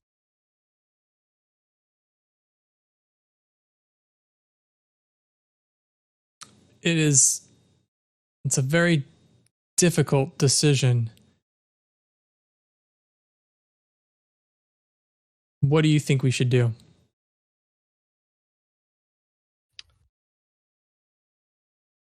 I think we should give them both a chance, to be quite honest, Captain. Obviously, there's a little bit of bad blood between the two of them, but I don't think we should condemn the Silverblood Linares for wanting to do something natural to this species. At the same time, we shouldn't punish the original Linares for his past actions, but he also is not a prisoner on our ship either. Now, he can't go anywhere because we're in Klingon space and hiding, and, well, kind of woke up at the wrong time. But I think we should give them both a place on the ship. Might get a little confusing, because as you've said, they really have not done anything truly wrong. It's a very interesting perspective, Commander, and I appreciate you sharing it. It just occurred to me that the copy Linares is a Silverblood, and we have something in our medical lab or our science lab that looks like it could be a Silverblood. Part of our mission is to discover what is going on in this part of space. I think if we keep a very firm eye on the copy Linares and track his movements, he has to prove himself to us again. I would agree with that. I think we could let him remain in duty. It's just maybe we should see if he can adapt his features to become a more sense of self instead of a copy. I think that's very fair. And then when this mission is completed, we will leave any sort of legal action as far as the kidnapping up to Starfleet. Agreed. And as far as the other Linares, the original one, if he was in the Maquis for for any period of time, he has some sort of skills. We'll be able to utilize him somewhere in the crew. Or if he wants to just be a civilian passenger, well, I think we should give him that option. That's true. Well, do we know much about his past? Other than he stated that the last thing he remembers was being on Valis 2 when the Enterprise was there, that he had formerly been part of the Maquis but wanted to get away from that life. Not really.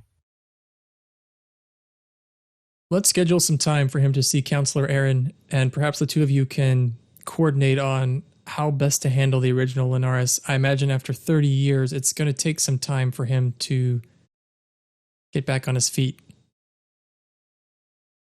I would agree. Counseling is always a good step in the right in these kind of cases. If there is any silver lining, sorry for the pun, to this situation, it's that he is on a ship full of doctors, so there are plenty of opportunities for him to be treated. That is true. Speaking of silver lining, pun intended, it seems that Dr. Lupus may have known about this.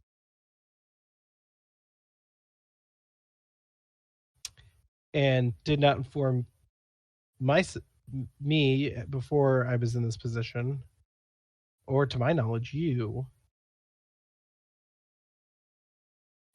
He's also been seen with Lovely and on the video cameras, on the security feeds, and Lupus seems to be coming across several of the cases that we're currently dealing with.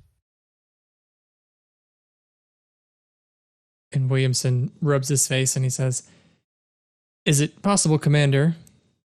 I always like to give my officers the benefit of the doubt. Is it possible that Mr. Lupus confided in Commander Lovely?" It's possible. Although, yeah, I pull out a pad to review the security feed. To my knowledge, he did not meet with Commander Lovely after finding out. That happened just before the incident on the bridge.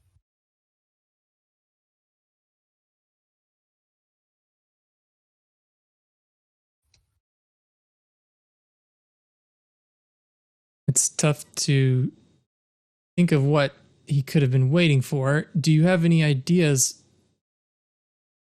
what he was trying to do? Why would he wait to tell anyone?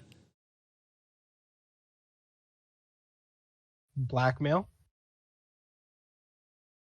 On Linares? I'm sorry, I don't follow. Why would he want to blackmail Specialist Linares? So there was an exchange when we were on the Klingon vessel saying that between Linares and Lupus, and something about being able to make sure Linares is appreciated when he's becoming chief medical officer, and that he was setting up and for being appreciated. Anyway, it seems like Lupus has been, well, we knew Lupus was after the CMO position since I got here, feeling that he was overlooked for the position. But since then, Lupus has been seeming to conspire. Again, that's looking at security feeds and the details that have seen so far to try to get that position. Let me share something with you, Commander. And he walks over and he opens one of his cabinets, and you see there's a stack of pads. There's probably like 30 of them. This is my Dr. Lupa's complaint shelf. These are all the complaints that he has issued just since we left Starfleet or Federation territory on this mission. I'm very accustomed to getting complaints from Dr. Lupus on everything to the lighting on the ship, to the sounds that Dr. Finley's chicken makes. He is a regular complainer. However, as far as being a doctor, his skills are impressive. If you think, though, as first officer, and especially as someone who used to manage him as CMO, that he should be brought up for charges for any sort of misconduct, we would have to put together the evidence and then we could formulate a charge that way. At this time, I don't think any formal charges. There's enough evidence for anything formal, but it's definitely worth some looking into.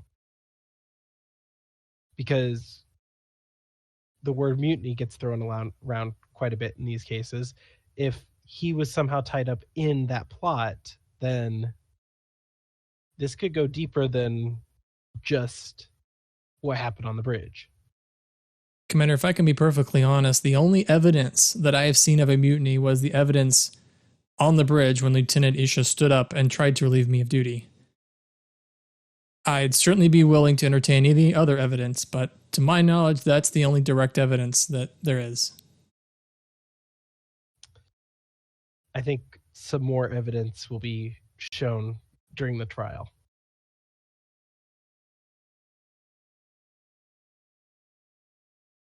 I'm sorry, Commander, that you've been dragged into this. This is a host of very troublesome issues to deal with. It is, but it was bound to happen at one point in time or another. It's my hope that we can get through this court-martial and restore the morale of this ship and continue on our mission and effectively help the people, the Romulan people that are in need. I would agree. We're on a mission of mercy. We need to do that. Commander, you seem to have a very good handle on the Linares situation. I'll leave it to you on how to approach that. Just keep me apprised. Will do. And if you don't mind, Commander, I think I'm going to go relieve myself and get a few hours of rest before the trial. Agreed. Okay, with that, I'm going to actually move us to the morning and start the trial, unless anyone has anything else that they would like to cover before that. You said that Isha's hack attempt alerted me? Oh, yes. Thank you. Yep, you were alerted that Isha was trying to hack into the communication system from her cell. I'm submitting a new charge. Okay. Tampering. Tampering of ship systems. Would you want to discuss that with Isha before in a scene, or do you want to just add it and keep going? Can do before the trial. Yeah, I wouldn't mind doing a scene. Okay, we'll say it's 0700 in the morning the next day, just a few, just an hour before the court is supposed to be in session.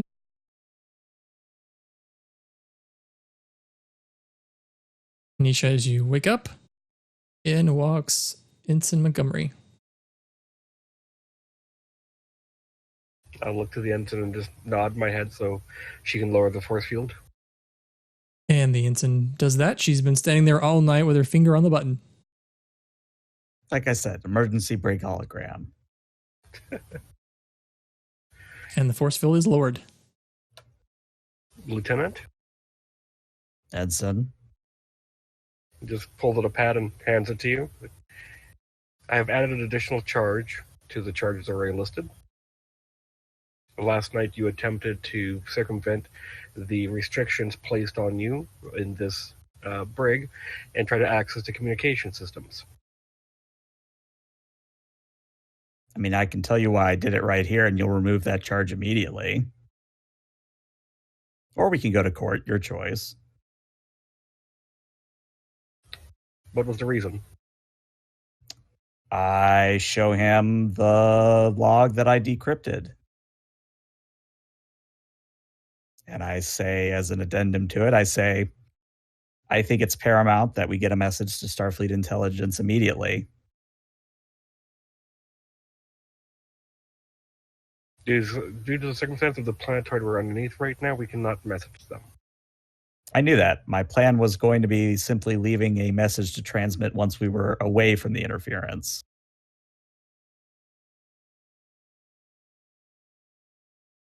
He's going to take the pad back, and he's going to add in an additional charge of hacking and decrypting personal files. But he's just going to pull the pad back. Like, I won't submit this unless the judge feels it's necessary. But if you have a message you wish to send, please send it to me, and I'll make sure it is transmitted. I do have one log for you, and I give him a time-encrypted personal log that I mentioned earlier. Very well. Shall I have this activated in private, or is this a public log? Use your discretion. Lieutenant? Edson.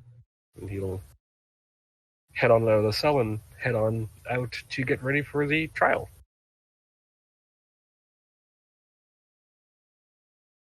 And moving on And to on the 08. way, and on the way he will send the 2 possible charges to Tuzon, but with a note saying pending further action.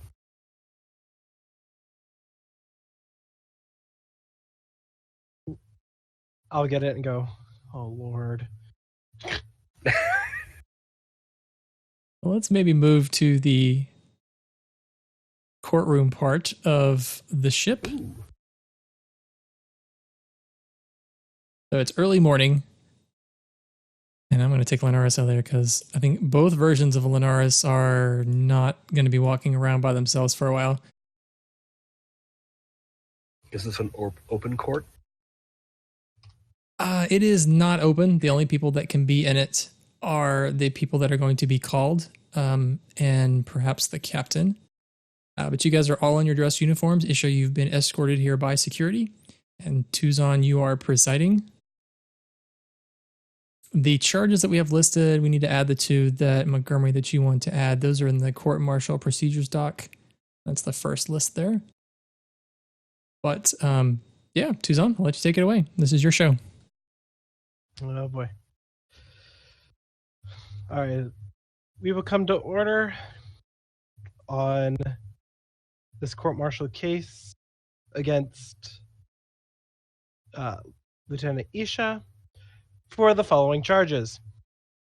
First charge, murder in the 2nd degree. For killing of Commander Lovely, the previous first officer of this ship. Penalty,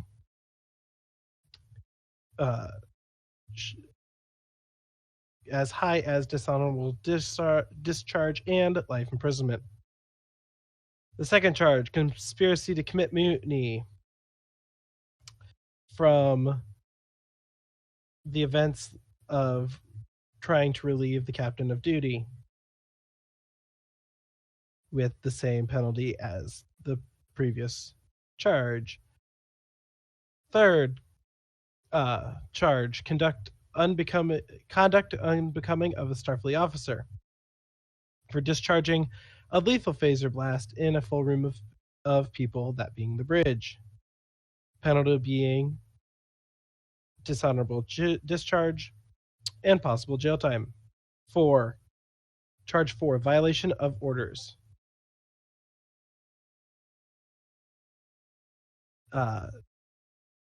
For killing a ship full of Klingons when the orders were to avoid them, with the highest penalty of that being the possibility of a mark on the record.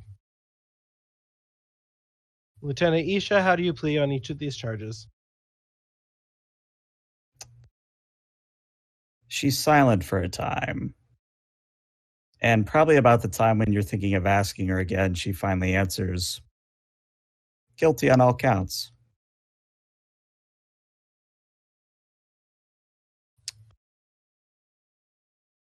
All right, Lieutenant.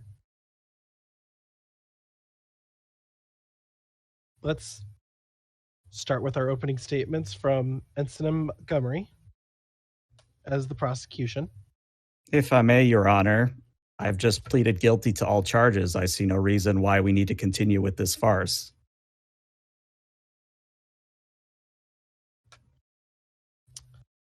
To be quite honest, Lieutenant Isha, I want to see what the evidence is. She just sort of stays quiet at that.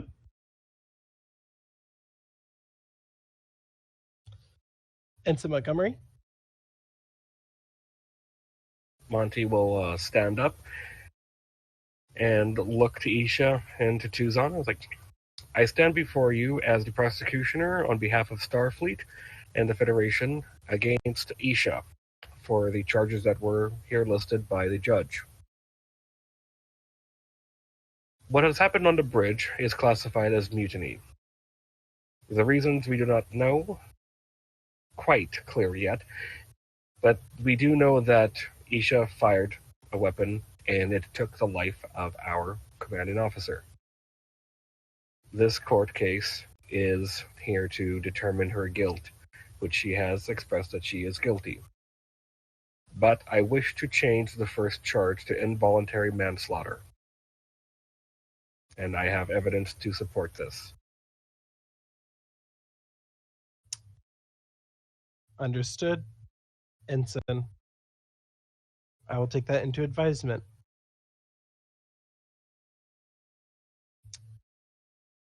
Lieutenant Isha, would you like to present your opening statement? She stands, then sits back down and says, "You'll excuse me if I don't walk around. I think better when I'm seated, and to be honest, I don't have a way with words. I'm a security officer. Words were never really my forte. I did my speaking with the tip of a phaser or a tip of a knife. But what I have to say is this. I acted in accordance with what I believe to be the highest responsibility of a security officer, and that is to ensure that the captain and other members of the vessel remain safe and otherwise secure without fear of harm. And yes, while the death of Lovely was regrettable, there were more than one indications that Lovely and others were committing a conspiracy to not only kill the captain, or at least incapacitate him in some way. My actions up to this point have not only revealed that conspiracy, but one involving one certain individual known as Linares. And frankly, I guarantee that if we continue investigating everything, we'll find that there's more than enough evidence to find 6 or 7 more conspiracies of some such aboard this vessel. But that's not why we're here. We're here to prosecute me for doing my duty as a Starfleet officer. And frankly, I don't see a point in fighting these charges. Nothing I say or present today will change the attitude of my crew members. They will always see me as a murderer. They will always see me as someone who acted rashly and eliminated Lovely. There is nothing that I can say or do that will change that, period. Thus, I see no reason to fight anything here. Do what you will, pass whatever judgments you wish, but I frankly have no part of it. And she sits back down. Noted, Lieutenant, although I'm interested to see the evidence because as evidence comes up and is presented, some crew members may change their mind. She just remains silent at that. Ensign Montgomery, you may go ahead and present your case. Thank you, Your Honor. A quick thing for the GM. Yes. GM Josh. Yes. Is this room equipped with a hollow emitter? Yeah, I think so. Excellent. Thank you. Montgomery's going to pull a pad, and he is going to simply label it as Exhibit A. And he is going to press a little button and pull, and the scene in the courtroom changes to the bridge of that date. This is stardate 74213.59. We are on the bridge, and as you can see, and he's kind of shifted the angle of perspective so everyone can see.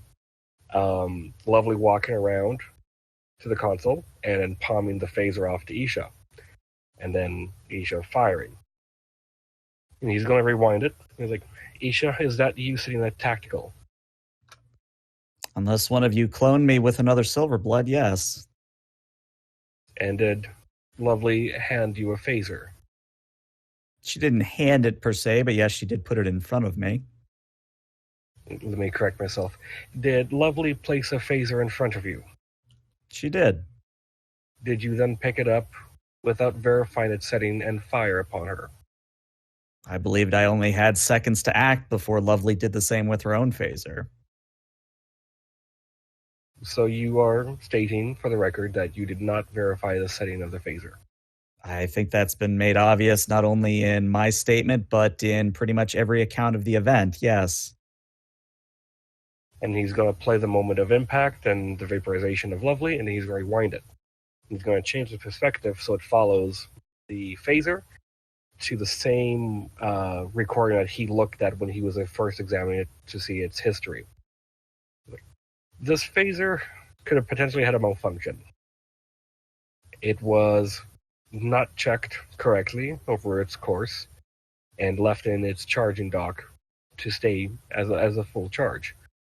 It was only inspected a handful of times before being pulled out by Lovely and placed in front of Isha.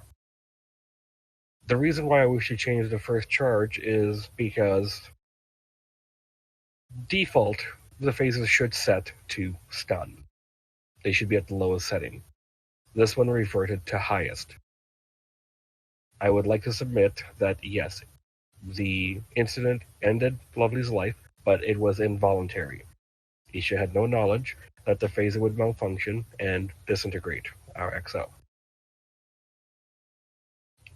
That is for the first charge.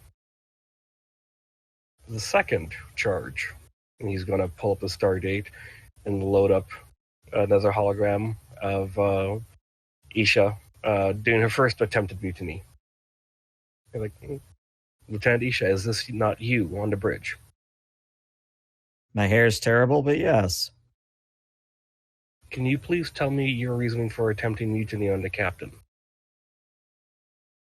Well, simply put, I believe that he was not acting in the right mind. I felt that his, lack of action, as it were at the time, was going to lead to people on the Hope getting killed. And I don't think I need to repeat to you what my duty as a security officer means. Would you not agree that if we had encountered or been aggressive with the Klingon vessels, that we would have been destroyed as a vessel? All lives lost. That is a possibility, but unless you're asking me to speculate. I retract that statement. Would you describe the vessel of the USS Hope as a combat-able vessel against a Klingon warbird, or a bird of prey? Depends on the bird of prey class, but yes, I think we could possibly take one Klingon vessel, possibly two. And with their armaments, as far as you are aware from the ships we've encountered, would you say that our odds of survival would be decent, high, or low? What would be the casualties? This is just a speculation. Well, speculating. If it was a Cavort class bird of prey, I put our odds at survival around 40% if I'm at tactical, and a certain Grekin is at helm. Maybe higher if Grekin isn't singing that damn song of his. Casualty-wise, looking at perhaps 30 to 50%, but considering the fact we'd be in a 2-to-1 scenario, I'd say that that's actually pretty favorable. Again, speculation, of course. So your reasoning for trying to mutiny on the second charge was at the time, only one crew member was taken, supplies were taken, but you would have been preferably fine with having the ship to have at least 50% casualties. Again, that was speculation. My answer to your question, however, is that, does it really matter what I say here? Because I think we all know that I'm not the only one who has issue with Captain here. And me having an issue with the Captain or not is pretty much what led to that whole scenario in the first place.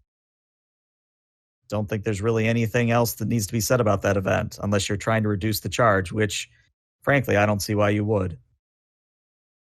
Unfortunately, the facts do not support a reduction in this charge.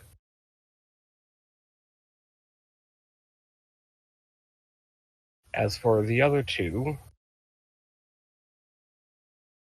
the evidence does support the actions of what you've done and warrant the charges. Conduct unbecoming of a Starfleet officer, discharging a least flyer. I would like to reduce that charge, if not remove it, because, again, you are unaware of the malfunctioning phaser. On that, I would agree with you, Ensign, that charge number 3, with the evidence you've presented that it was a malfunctioning phaser, there would be no knowledge that it would be lethal.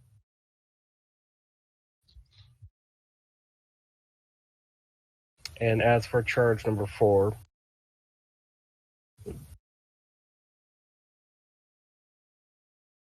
it is difficult to press this one. I'm not a very good prosecutioner, apparently. I like to find the facts and the truth, not a win. But the Klingon vessel, that could have been handled a number of ways. Unfortunately, the quickest and safest way was to dispatch them.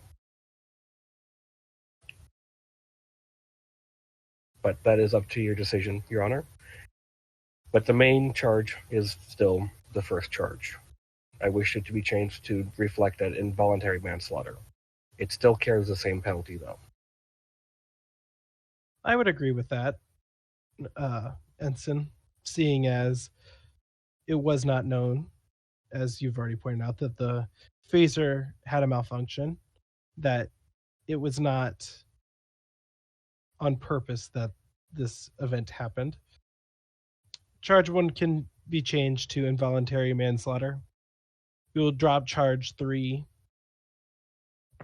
or at least the wording of a lethal phaser. However, conduct of becoming of a Starfleet officer discharging a phaser at any other Starfleet officer could be considered as conduct unbecoming.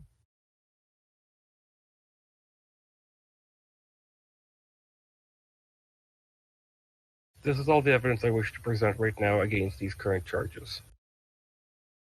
Thank you, Ensign.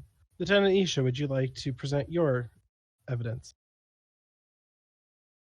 I think I've made it clear, Your Honor, that I have no wish to continue these proceedings any further, so no, I have no evidence to present. What about the information that you found while doing your hacking, as Ensign Montgomery has sent me a note with 2 additional possible charges? On that, I will simply say that for a hospital ship, there are an awful number of spies on it. It's a rather bold statement without more to it. Care to explain? Is the room cleared?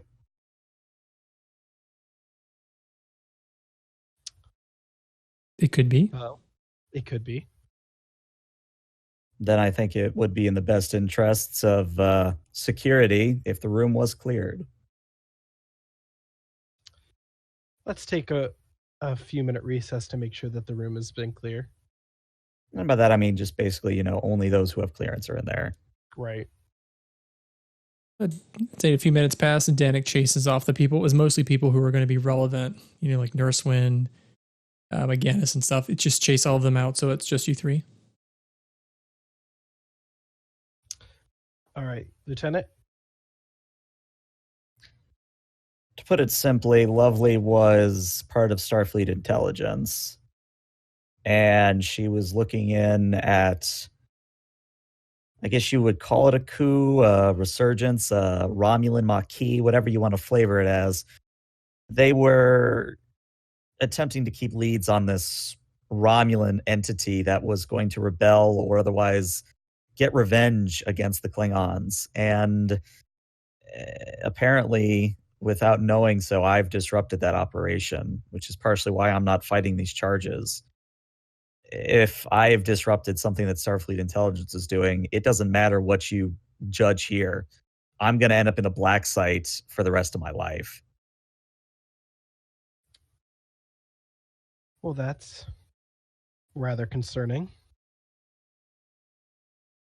What else could you have did you find with any of that other than, was there any additional information? I mean, I can certainly pass along the log, and I pick up a pad and send it to your pad. There was one file I didn't choose to decrypt, but you could choose to do so at your own peril. Thank you, Lieutenant. Do you But care as I to- said, there are an awful lot of spies on a hospital ship. This is rather concerning. And to be open with both of you, it wasn't very much of a unknown that Lovely was not very happy with many of the decisions of the captain as well. Looking at the events that happened on the bridge, Lieutenant, what were you thinking that the commander's intent was? As a security officer of X years, there's only one reason why you give your tactical officer a phaser on the bridge, and that's because you're about to turn the bridge into a firefight. And you acted in accordance to that to prevent such a firefight. That is correct. In many ways, that is what your position is as chief of security, to eliminate possible threats. That is correct. As far as I can see it, you did that. It was unknown that the phaser was malfunctioning, that this would be the end result, but the actions were taken in the attempt to protect the ship and her crew. Ensign Montgomery, are you in agreement? Are you asking me for my closing statement? Consider an opinion. As I stated before, I am here for the truth and the facts, not a win. And under the evidence, even if it was a malfunction, a life was taken, and the law should be upheld for that. Despite what was going to happen, we do not fully know what actions would have been taken from Lovely if she was able to continue. We can speculate, we can guess. We would most likely be correct, but we never saw it fully play out. So yes, it is involuntary, but it's still a life taken. I would agree. Would either of you like to present more evidence? Yes. There was a medical report filed earlier in the day. Nurse Wynn had given an injection to Lieutenant Isha to suppress her pyrokinesis abilities. Is that correct? Are you asking Correct. this of Isha, or? Yes. That is correct. She did come to me with such an injection. Did you receive said injection? No, and I think you'll find that the nurse's actions would be in accordance with the Starfleet Medical Code. The captain was acting unlawfully when he ordered such an injection. And you have gone through a psych evaluation with our counselor to determine that you are in full mental capacity. And that is correct. Then I have to show that, Your Honor, Isha was in full control of her functions when she fired that phaser. There was no outside force or influence when she discharged that weapon.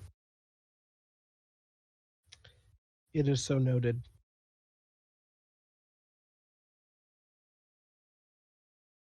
Is there any more evidence that either of you would like to present before we're closing statements? I believe that is everything I have. I just look over to Lieutenant Isha. Just shakes her head. With that, let's go ahead and do closing statements. Ensign Montgomery. As I've stated before, a life was taken. As a machine, I do not know the full value of that. I understand that people can be missed, much like my programming will miss someone. I get accustomed to a subroutine that is constantly running. When it's gone, it is noticed. The same can be said for humanoid life forms. While Lovely appeared much like a machine to the rest of the crew, she was in fact capable of feelings, and if she had not driven herself to be so closed off, we would have known the struggle she was going through, being on the ship, being so far away from home, from loved ones. Her life was taken, and now we have to explain to her loved ones what happened. They will not understand. They will grieve, and there will be anger. But it will not bring back the loss of Lovely. So I do request that the law be upheld and judgment be given, and a judgment that is suitable for the crime that was committed aboard the bridge. That is my closing statement. Thank you, Ensign. Lieutenant, would you like to present a closing statement? So out of character, I do have to say what I do next might be disturbing for some viewers and/or might be disturbing for the rest of my players, for which I apologize, but this is what I think Isha would do in the moment. So Isha, again, does that whole rising, sitting thing, and eventually opts to sit and says, from the very offset of this trial, I made it very clear that I wasn't going to fight these charges. And the more I hear Montgomery speak, the more I realize there's no getting out of this. Doesn't matter if I acted as I was supposed to as a security officer. Fact of the matter, he said it best. Someone is dead. And that someone is a Starfleet intelligence officer. And that means my prospects of a happy life or any life at all after this is gone. There is nothing left for me here. So I will relieve you of having to make your decision, Tuzan. She snaps her fingers, and her entire body begins to immolate. Computer, emergency fire suppression immediately. And I would say that it's up to GM Josh's discretion, but she's been preparing for this the entire trial. She's probably ash by the time the suppressant works. Yeah, you tell us, Isha, if it could act in time to save her, we can do that. If you want it to not save her, that's also what we will respect that. Yeah, I think this is, she's going to choose the way she goes out.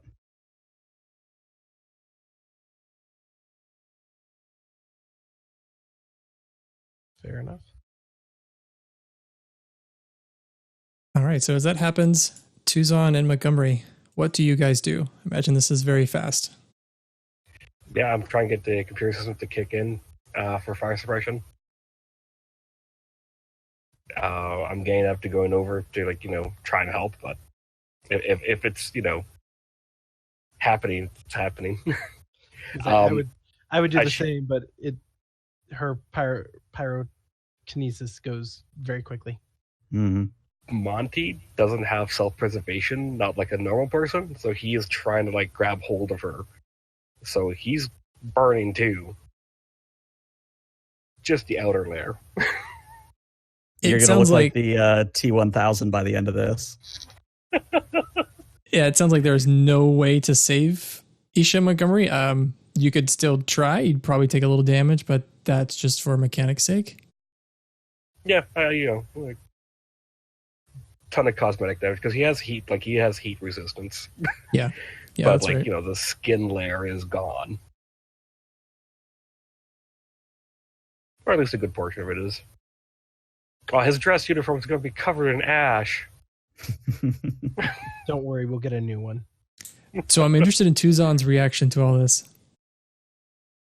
I would be trying to get around to do something, but also realize that I am completely powerless.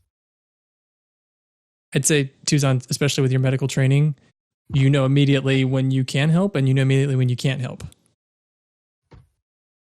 Yeah, you would see me like stand up, but also like realize that in the split second that it's happening, I can't do anything. And it's just you, well, now the two of you in the room because you chased everyone else off. But at this point, you hear an alarm in the background and you hear, all hands to battle stations. This is a red alert. Romulan warbird decloaking off the bow. Repeat, all hands to battle stations.